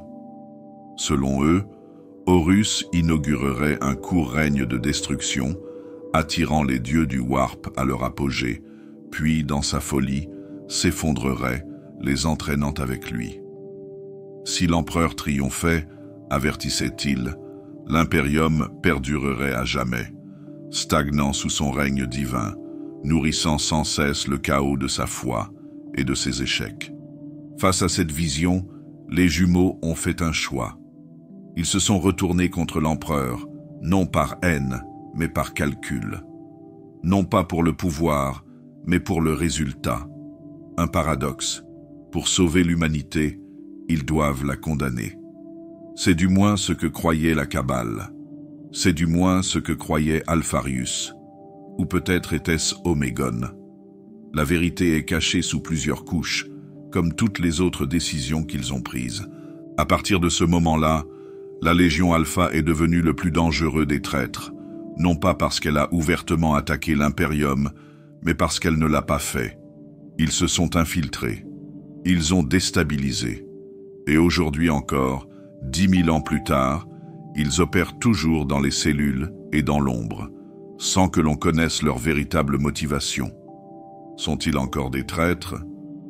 Ou leur trahison cache-t-elle une loyauté plus profonde? La Légion est-elle fracturée avec une moitié qui se bat pour le chaos et l'autre qui lui résiste? Ou bien la division est-elle une ruse, un mensonge si souvent répété qu'il est devenu impossible de le distinguer de la vérité?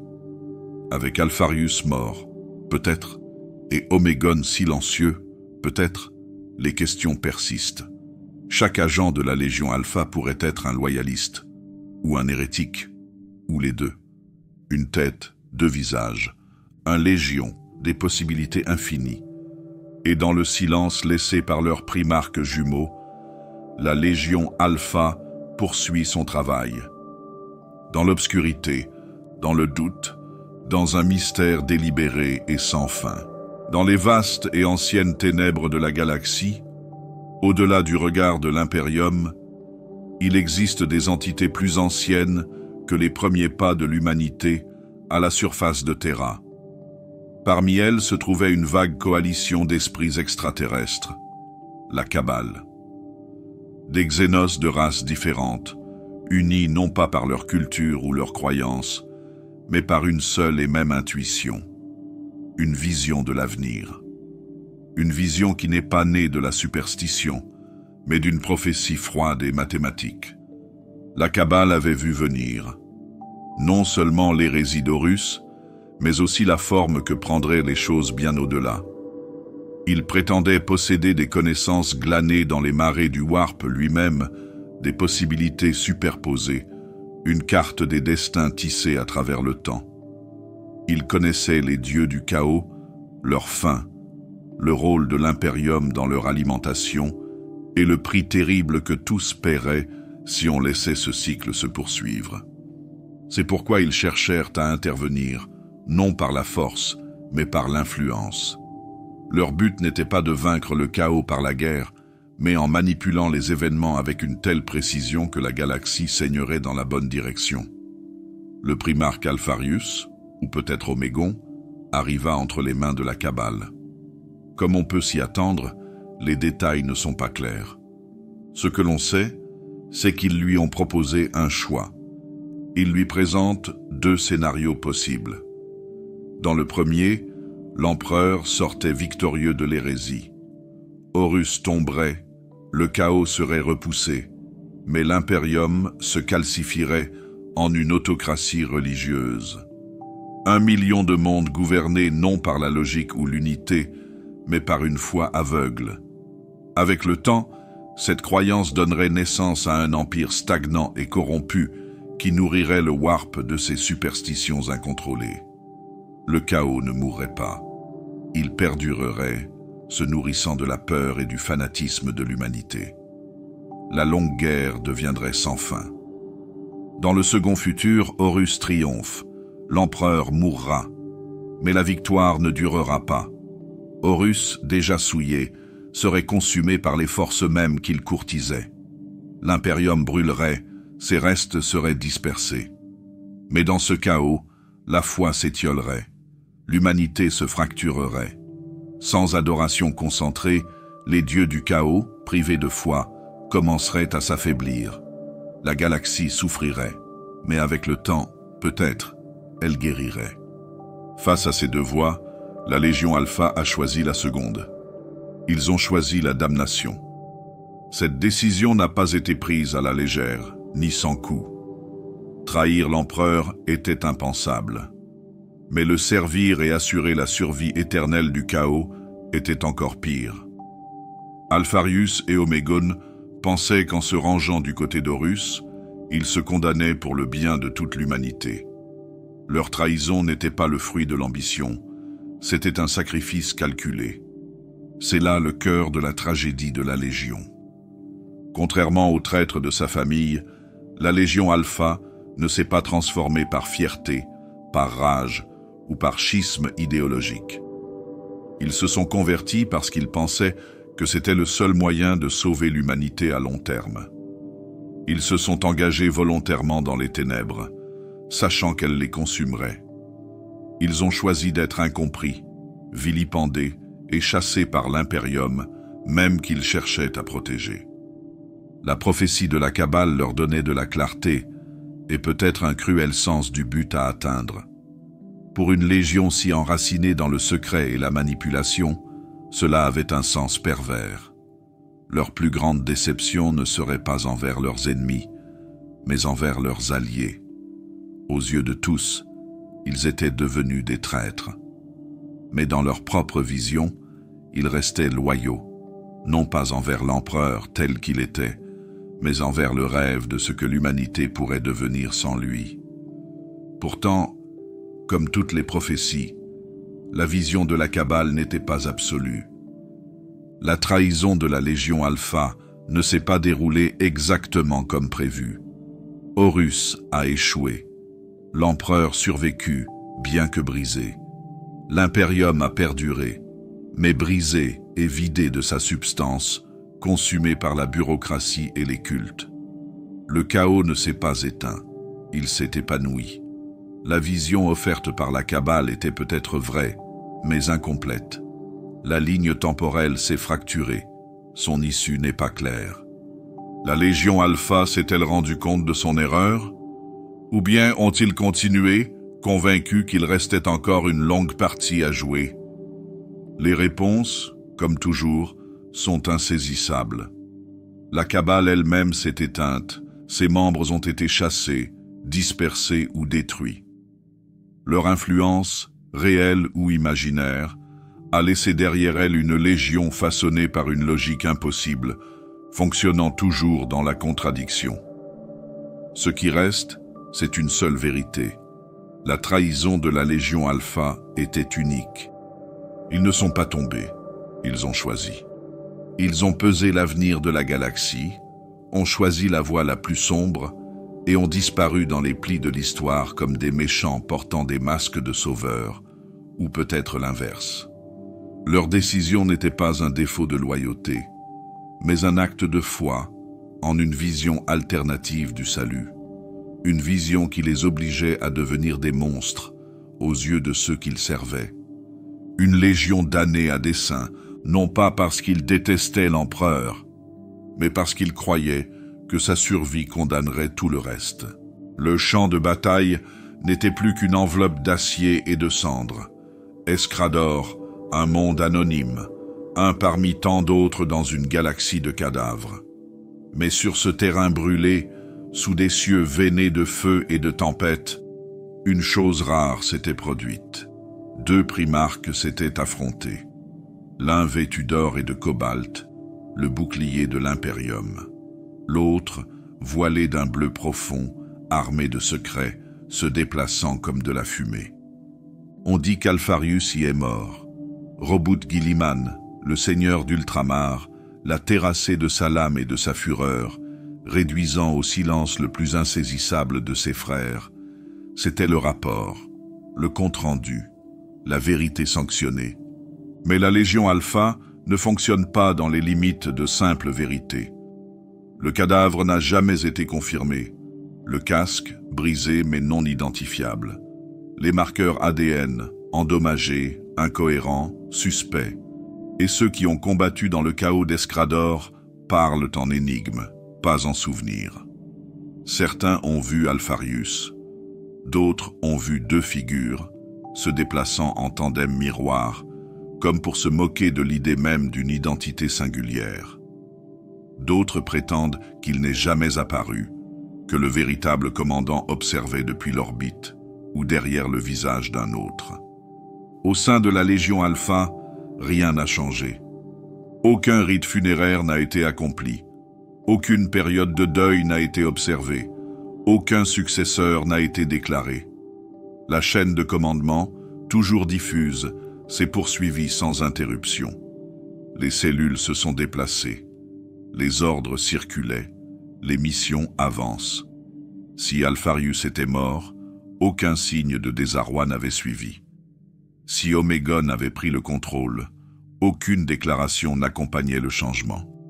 Pourtant, les opérations qui se sont déroulées par la suite ont suggéré une continuité, une finalité, une logique qui résonnait trop clairement pour être une simple coïncidence. Certains disent qu'Alpharius, ou peut-être Omégon, avait donné les derniers ordres bien avant ce duel fatal, anticipant sa propre mort. La Légion n'a jamais été conçue pour dépendre d'une seule personne. Sa survie dépendait d'une structure sans centre, d'une coordination sans hiérarchie. Chaque cellule était entraînée à penser, à s'adapter et à exécuter sans direction, mais toujours dans l'alignement. Ce n'étaient pas des guerriers, c'était un code. L'hydre ne meurt pas avec la perte d'une seule tête, elle se multiplie. Dans le sillage d'Escrador, des agents de la Légion Alpha commencèrent à faire surface dans de nombreux secteurs. Leurs missions variaient. Certains sapaient les garnisons impériales, d'autres perturbaient les cultes du chaos. Dans certains cas, ils sont apparus pour aider l'Imperium, intervenant dans des batailles auxquelles ils n'ont jamais été invités à participer. Dans d'autres, ils démantelaient les efforts des loyalistes avec une précision chirurgicale. Les contradictions étaient intentionnelles, la confusion calculée. Ce qui a uni ces actions, c'est le moment où elles ont été menées.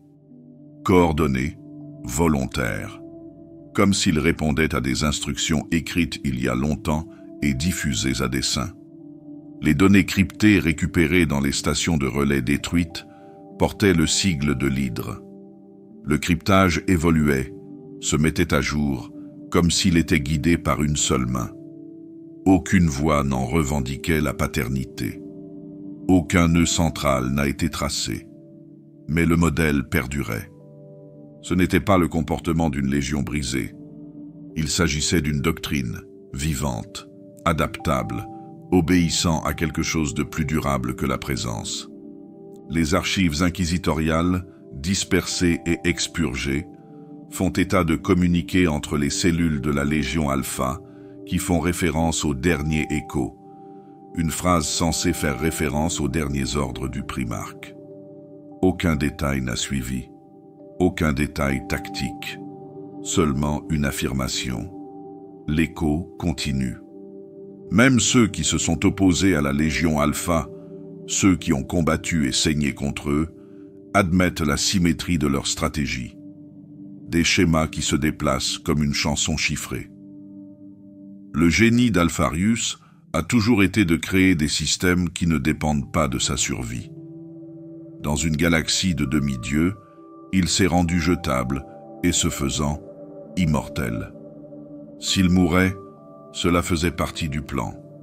S'il vivait, la différence était négligeable.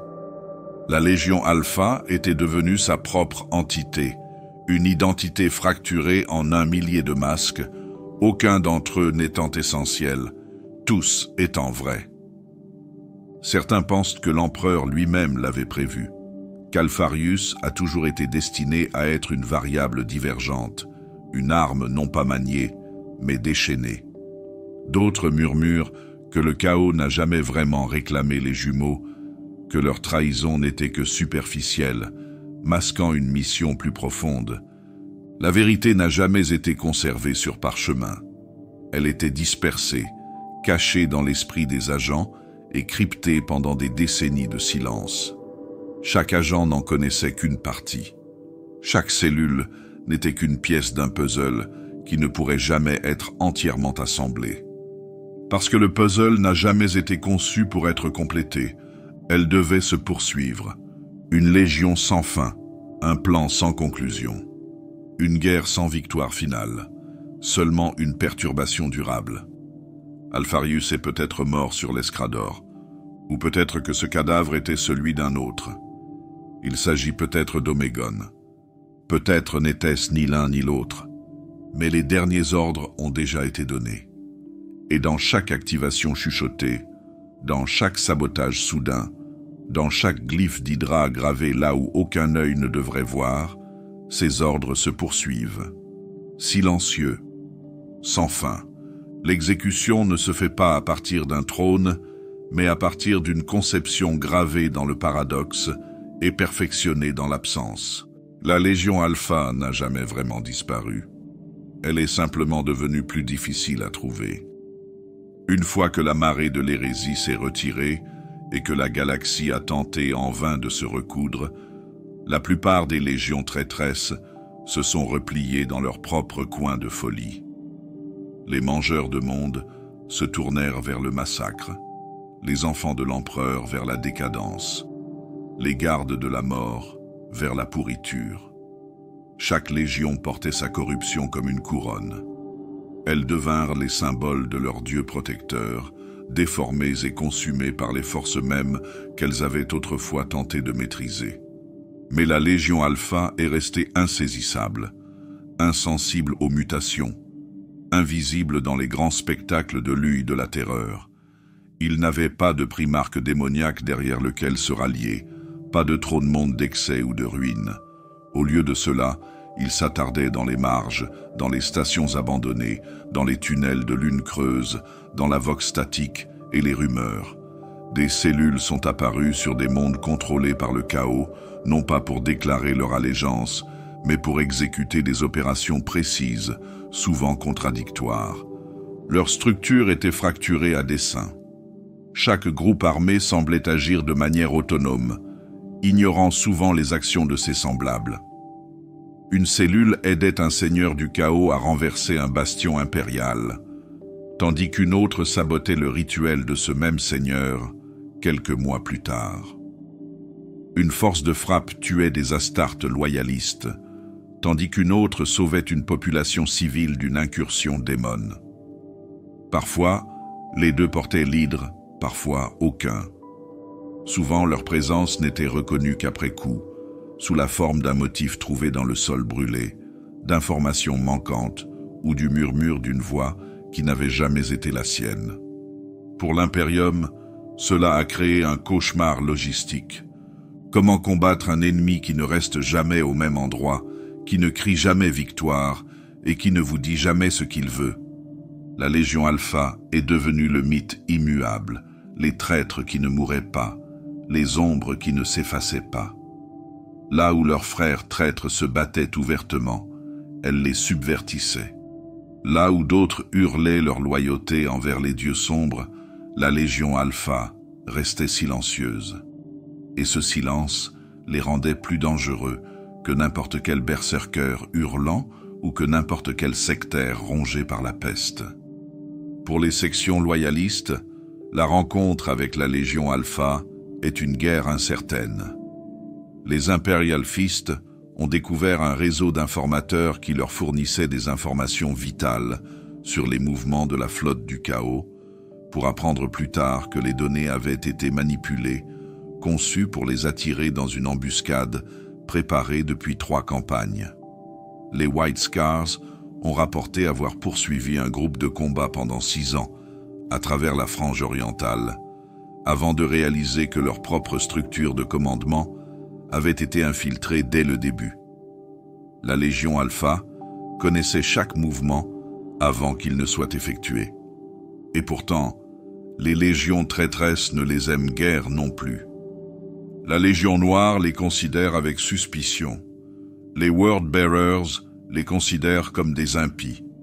Même parmi ceux qui baignent dans les dons du Warp, la Légion Alpha est considérée comme un cas à part, une force qui refuse d'embrasser pleinement la damnation. Nombreux sont ceux qui, dans l'espace contrôlé par le chaos, pensent que la Légion Alpha ne sert aucun dieu, que son but, s'il a jamais existé, n'est plus qu'une habitude et un élan, qu'ils continuent parce qu'ils le doivent et non parce qu'ils y croient. Mais d'autres pensent différemment.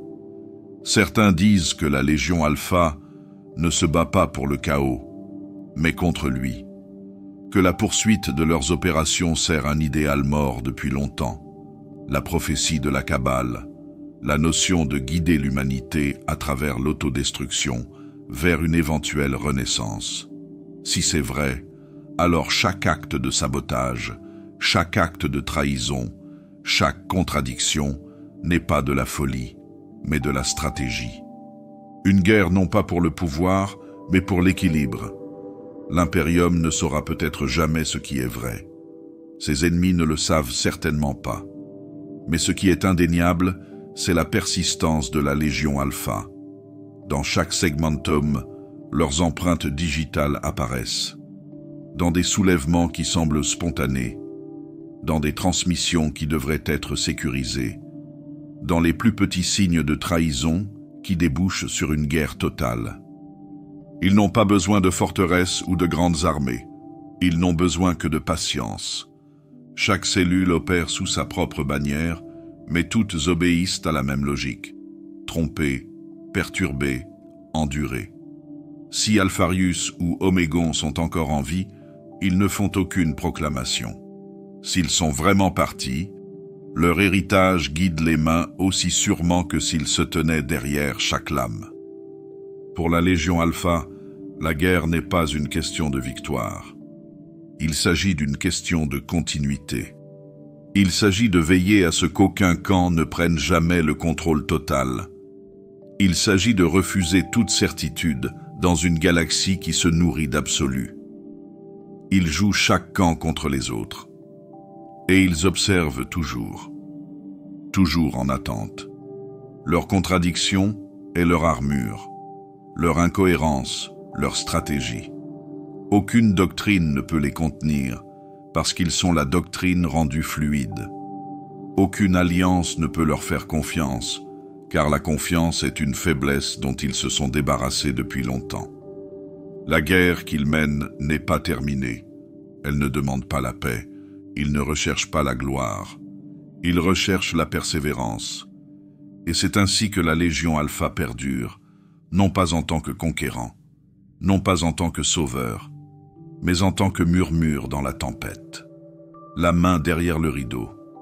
La guerre sans fin. Car tant que la vérité peut être déformée, tant que l'identité peut être portée comme une armure, l'hydre se relèvera.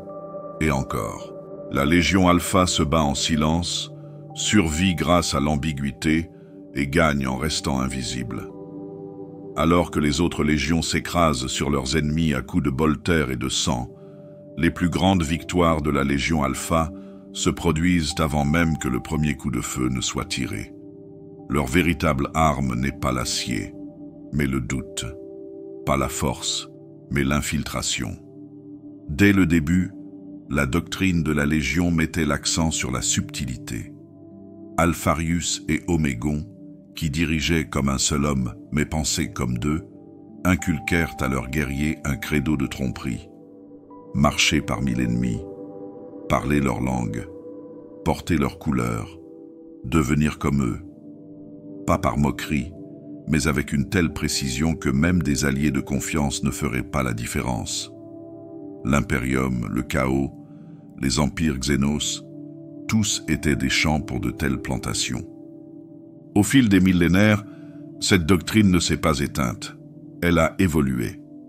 Aujourd'hui, des agents de la Légion Alpha sont soupçonnés dans toutes les grandes institutions de l'Imperium. Au sein de l'Administratum, des retards dans les réquisitions ou des ordres réorientant des flottes entières ont été attribués à des ordres qui n'ont jamais été signés par un fonctionnaire connu. Dans l'Adeptus Mechanicus, des rituels ont été subtilement modifiés, entraînant des erreurs mineures mais fatales dans les chaînes de production. Même au sein de l'Officio Assassinorum, un simple ordre mal classé a placé un agent de Calidus sur un gouverneur loyal, découvert seulement quelques instants avant l'assassinat. Il existe des cas documentés où des régiments entiers de la garde ont été infiltrés au fil du temps, les officiers étant remplacés progressivement, sans faire de bruit, jusqu'à ce que la chaîne de commandement ne mène plus à l'empereur, mais à l'hydre. Dans de tels cas, des batailles ont tout de même été menées, des victoires ont été remportées, mais la véritable nature de ceux qui en ont profité reste floue.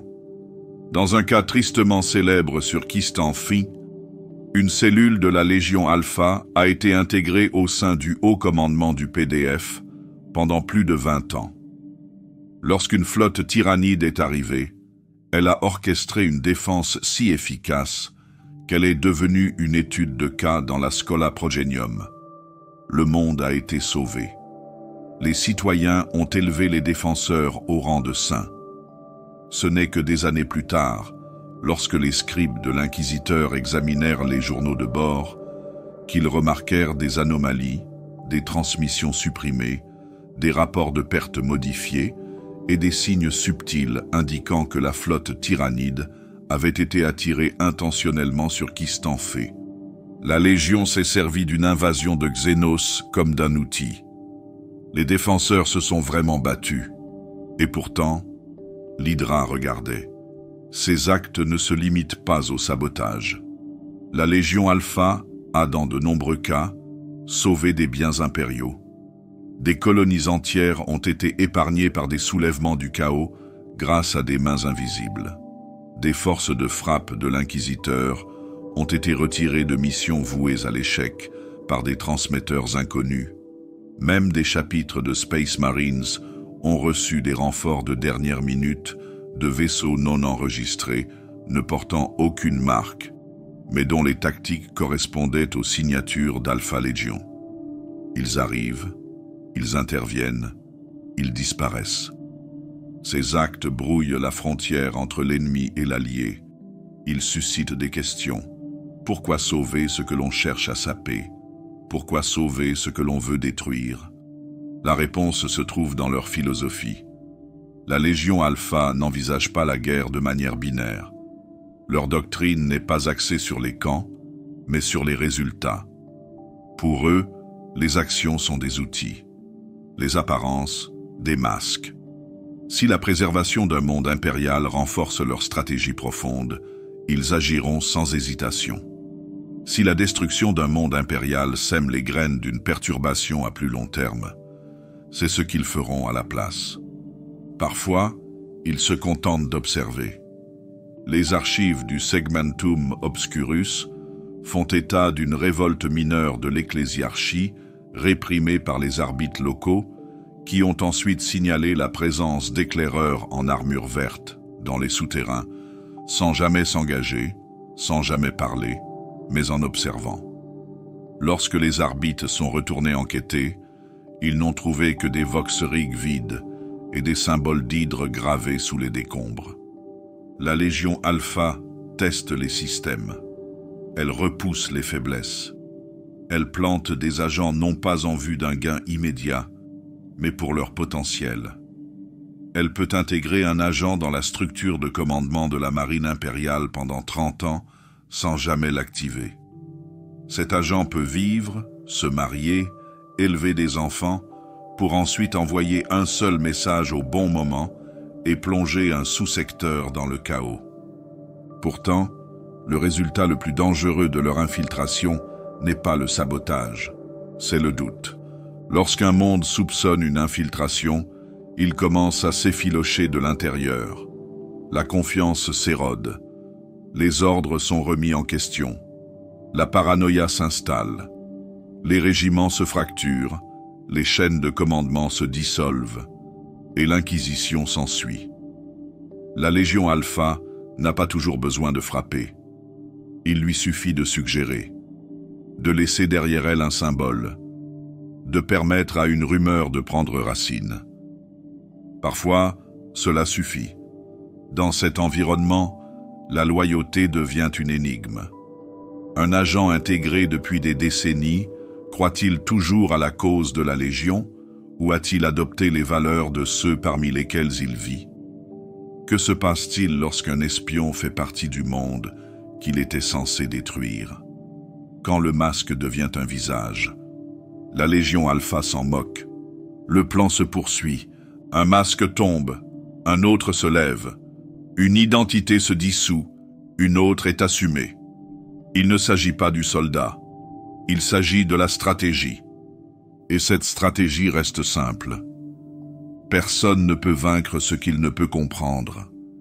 Personne ne peut tuer ce qu'il ne trouve pas. Personne ne peut lutter contre ce qui marche déjà parmi eux.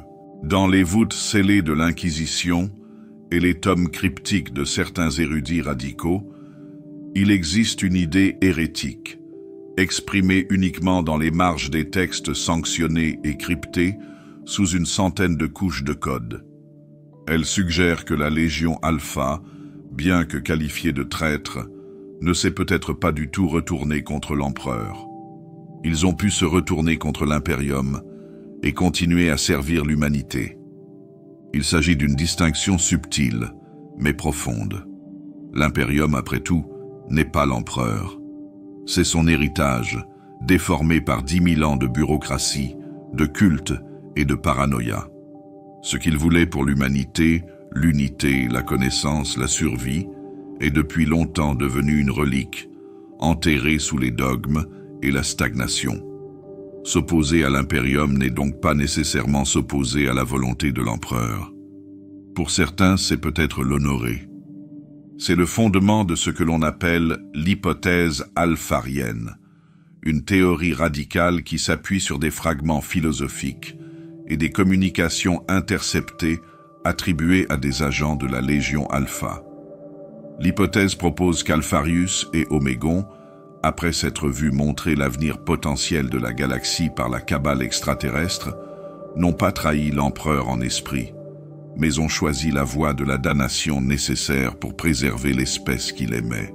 Leur logique était impitoyable. Si préserver l'impérium signifiait permettre au chaos de se nourrir à jamais d'1 milliard d'âmes hurlantes, alors il ne fallait pas laisser l'impérium gagner.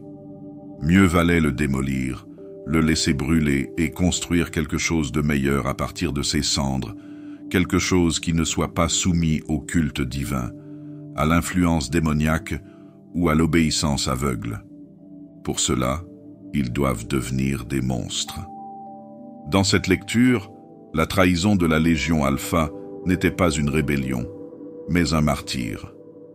Un choix d'être haï, chassé et incompris pour toujours, afin que le long jeu puisse se dérouler.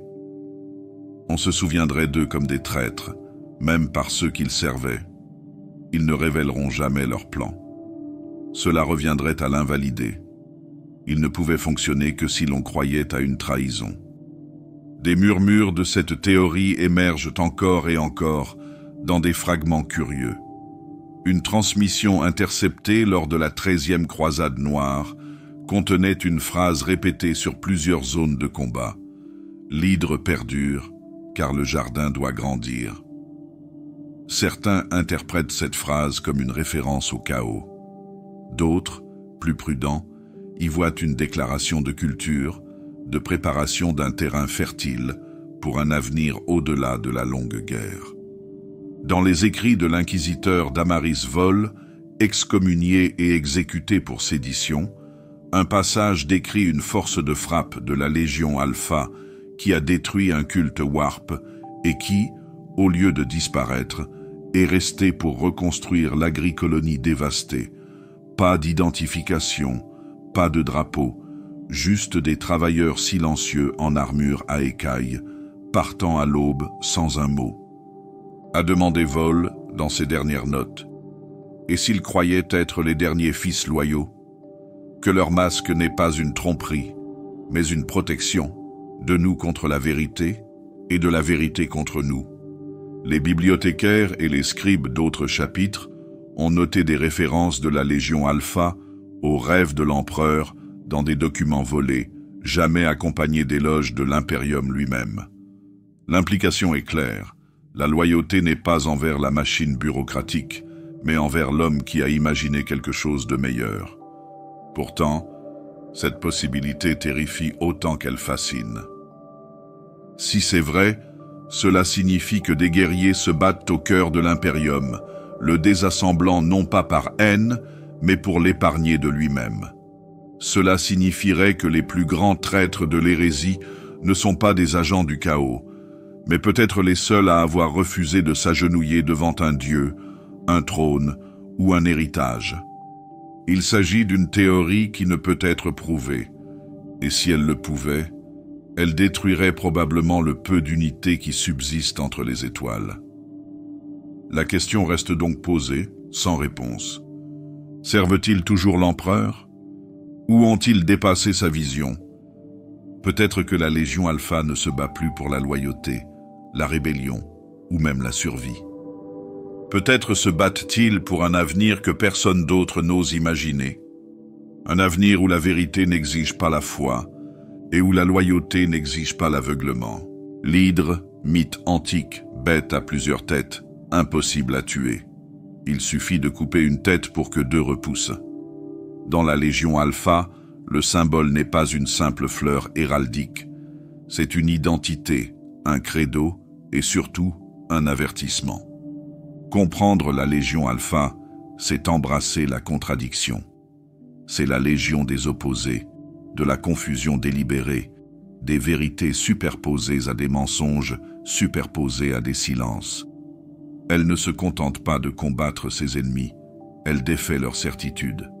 Là où d'autres légions conquièrent avec des bolters et des lames, la Légion Alpha corrode avec des chuchotements, des illusions et des mensonges. Ce faisant, elle révèle l'ennemi le plus dangereux qui soit, le doute. Ce n'est pas une légion de guerriers, ils sont une métaphore, l'armement de l'incertitude. Au combat, ils portent plusieurs visages, couleurs loyalistes, l'iconographie du chaos, des vêtements civils. Il n'y a pas de vérité uniforme à leur présence. N'importe quel guerrier peut être Alpharius. N'importe quelle voix peut être un commandement. Leurs agents ne se contentent pas de tuer. Ils infiltrent, subvertissent et retournent l'ennemi contre lui-même. Des cultes fidèles à l'hydre se développent dans les villes déjà rongées par la rébellion. Ces adeptes ignorent souvent qu'ils servent la Légion Alpha. Ils pensent servir la révolution, la justice, voire l'empereur lui-même. C'est le génie de la Légion. Ils ne convertissent pas les masses. Ils les laissent arriver d'elles-mêmes à la trahison. Les symboles sont leur outil de prédilection. L'emblème de l'hydre n'apparaît pas toujours comme un drapeau, mais comme un graffiti, gravé dans les coins des centres de données ou sous les bancs des sanctuaires. Il peut apparaître comme un anneau, un sceau, un chiffre dans une impulsion astropathique corrompue. Sa présence n'a pas pour but d'annoncer, mais de perturber, d'amener ceux qui la voient à se demander où se trouve leur loyauté et qui les observe vraiment. La désinformation est leur champ de bataille. Lors d'une campagne, tout un état-major de la PDF a été induit en erreur par des ordres falsifiés, l'enjoignant d'adopter une position défensive, un ordre qui a laissé un manufacturier exposé au sabotage des cultistes.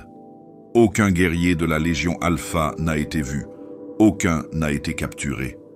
Mais des données récupérées des mois plus tard ont révélé une fausse autorisation portant le sceau d'un général impérial mort depuis longtemps. Ailleurs, une secte du chaos a été éradiquée après qu'une série de rapports anonymes ait atteint les arbitres locaux. Ces mêmes rapports contenaient de fausses données sur les déploiements de troupes loyalistes, ce qui a conduit à une série d'erreurs de calcul qui ont affaibli les défenses de l'autre côté du secteur. La Légion Alpha avait joué sur les deux tableaux. Elle avait vaincu l'un, affaibli l'autre et n'avait jamais montré son jeu.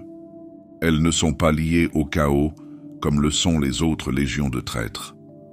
Elles invoquent rarement des démons. Elles évitent de corrompre ouvertement le warp. Leurs rituels ne sont pas des orgies sanglantes en l'honneur de dieux obscurs, mais des manœuvres de manipulation calibrées avec précision. On dit souvent qu'être touché par l'hydre, ce n'est pas mourir, mais remettre en question tout ce qui vient après. Pour la Légion Alpha, la vérité est un outil, et les outils sont faits pour être cassés. Ils sont ainsi devenus plus qu'une force de frappe. Ils sont une idée qui se répand partout où la peur et l'ambiguïté prennent racine. Un inquisiteur enquêtant sur une violation de données pourrait trouver des schémas de la Légion Alpha, ou pourrait être amené à le croire. Un aumônier Space Marine peut prononcer un sermon et se demander, quelques jours plus tard, si le script n'a pas été subtilement modifié. L'hydre vit dans cette hésitation, et dans cette hésitation, la Légion gagne. Même leurs propres guerriers ne sont pas à l'abri. Certaines cellules croient qu'elles servent encore Alpharius.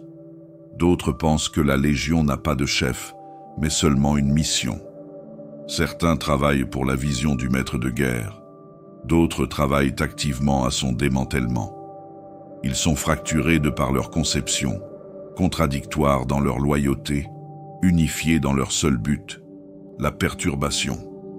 La Légion Alpha n'exige pas l'obéissance, elle encourage la croyance.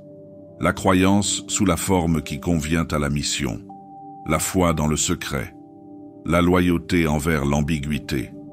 Elle prospère parce qu'elle n'est pas destinée à être comprise. Elle est faite pour défier la compréhension elle-même. Les combattre, c'est combattre la fumée. Les traquer, c'est poursuivre des échos. Les connaître, c'est douter de soi. Et c'est bien de cela qu'il s'agit. La Légion Alpha n'a pas besoin de gagner toutes les batailles. Il suffit de s'interroger. Le message était-il vrai? L'allié était-il réel? La menace a-t-elle jamais existé? Et une fois que vous aurez demandé, l'Hydra est déjà à l'intérieur.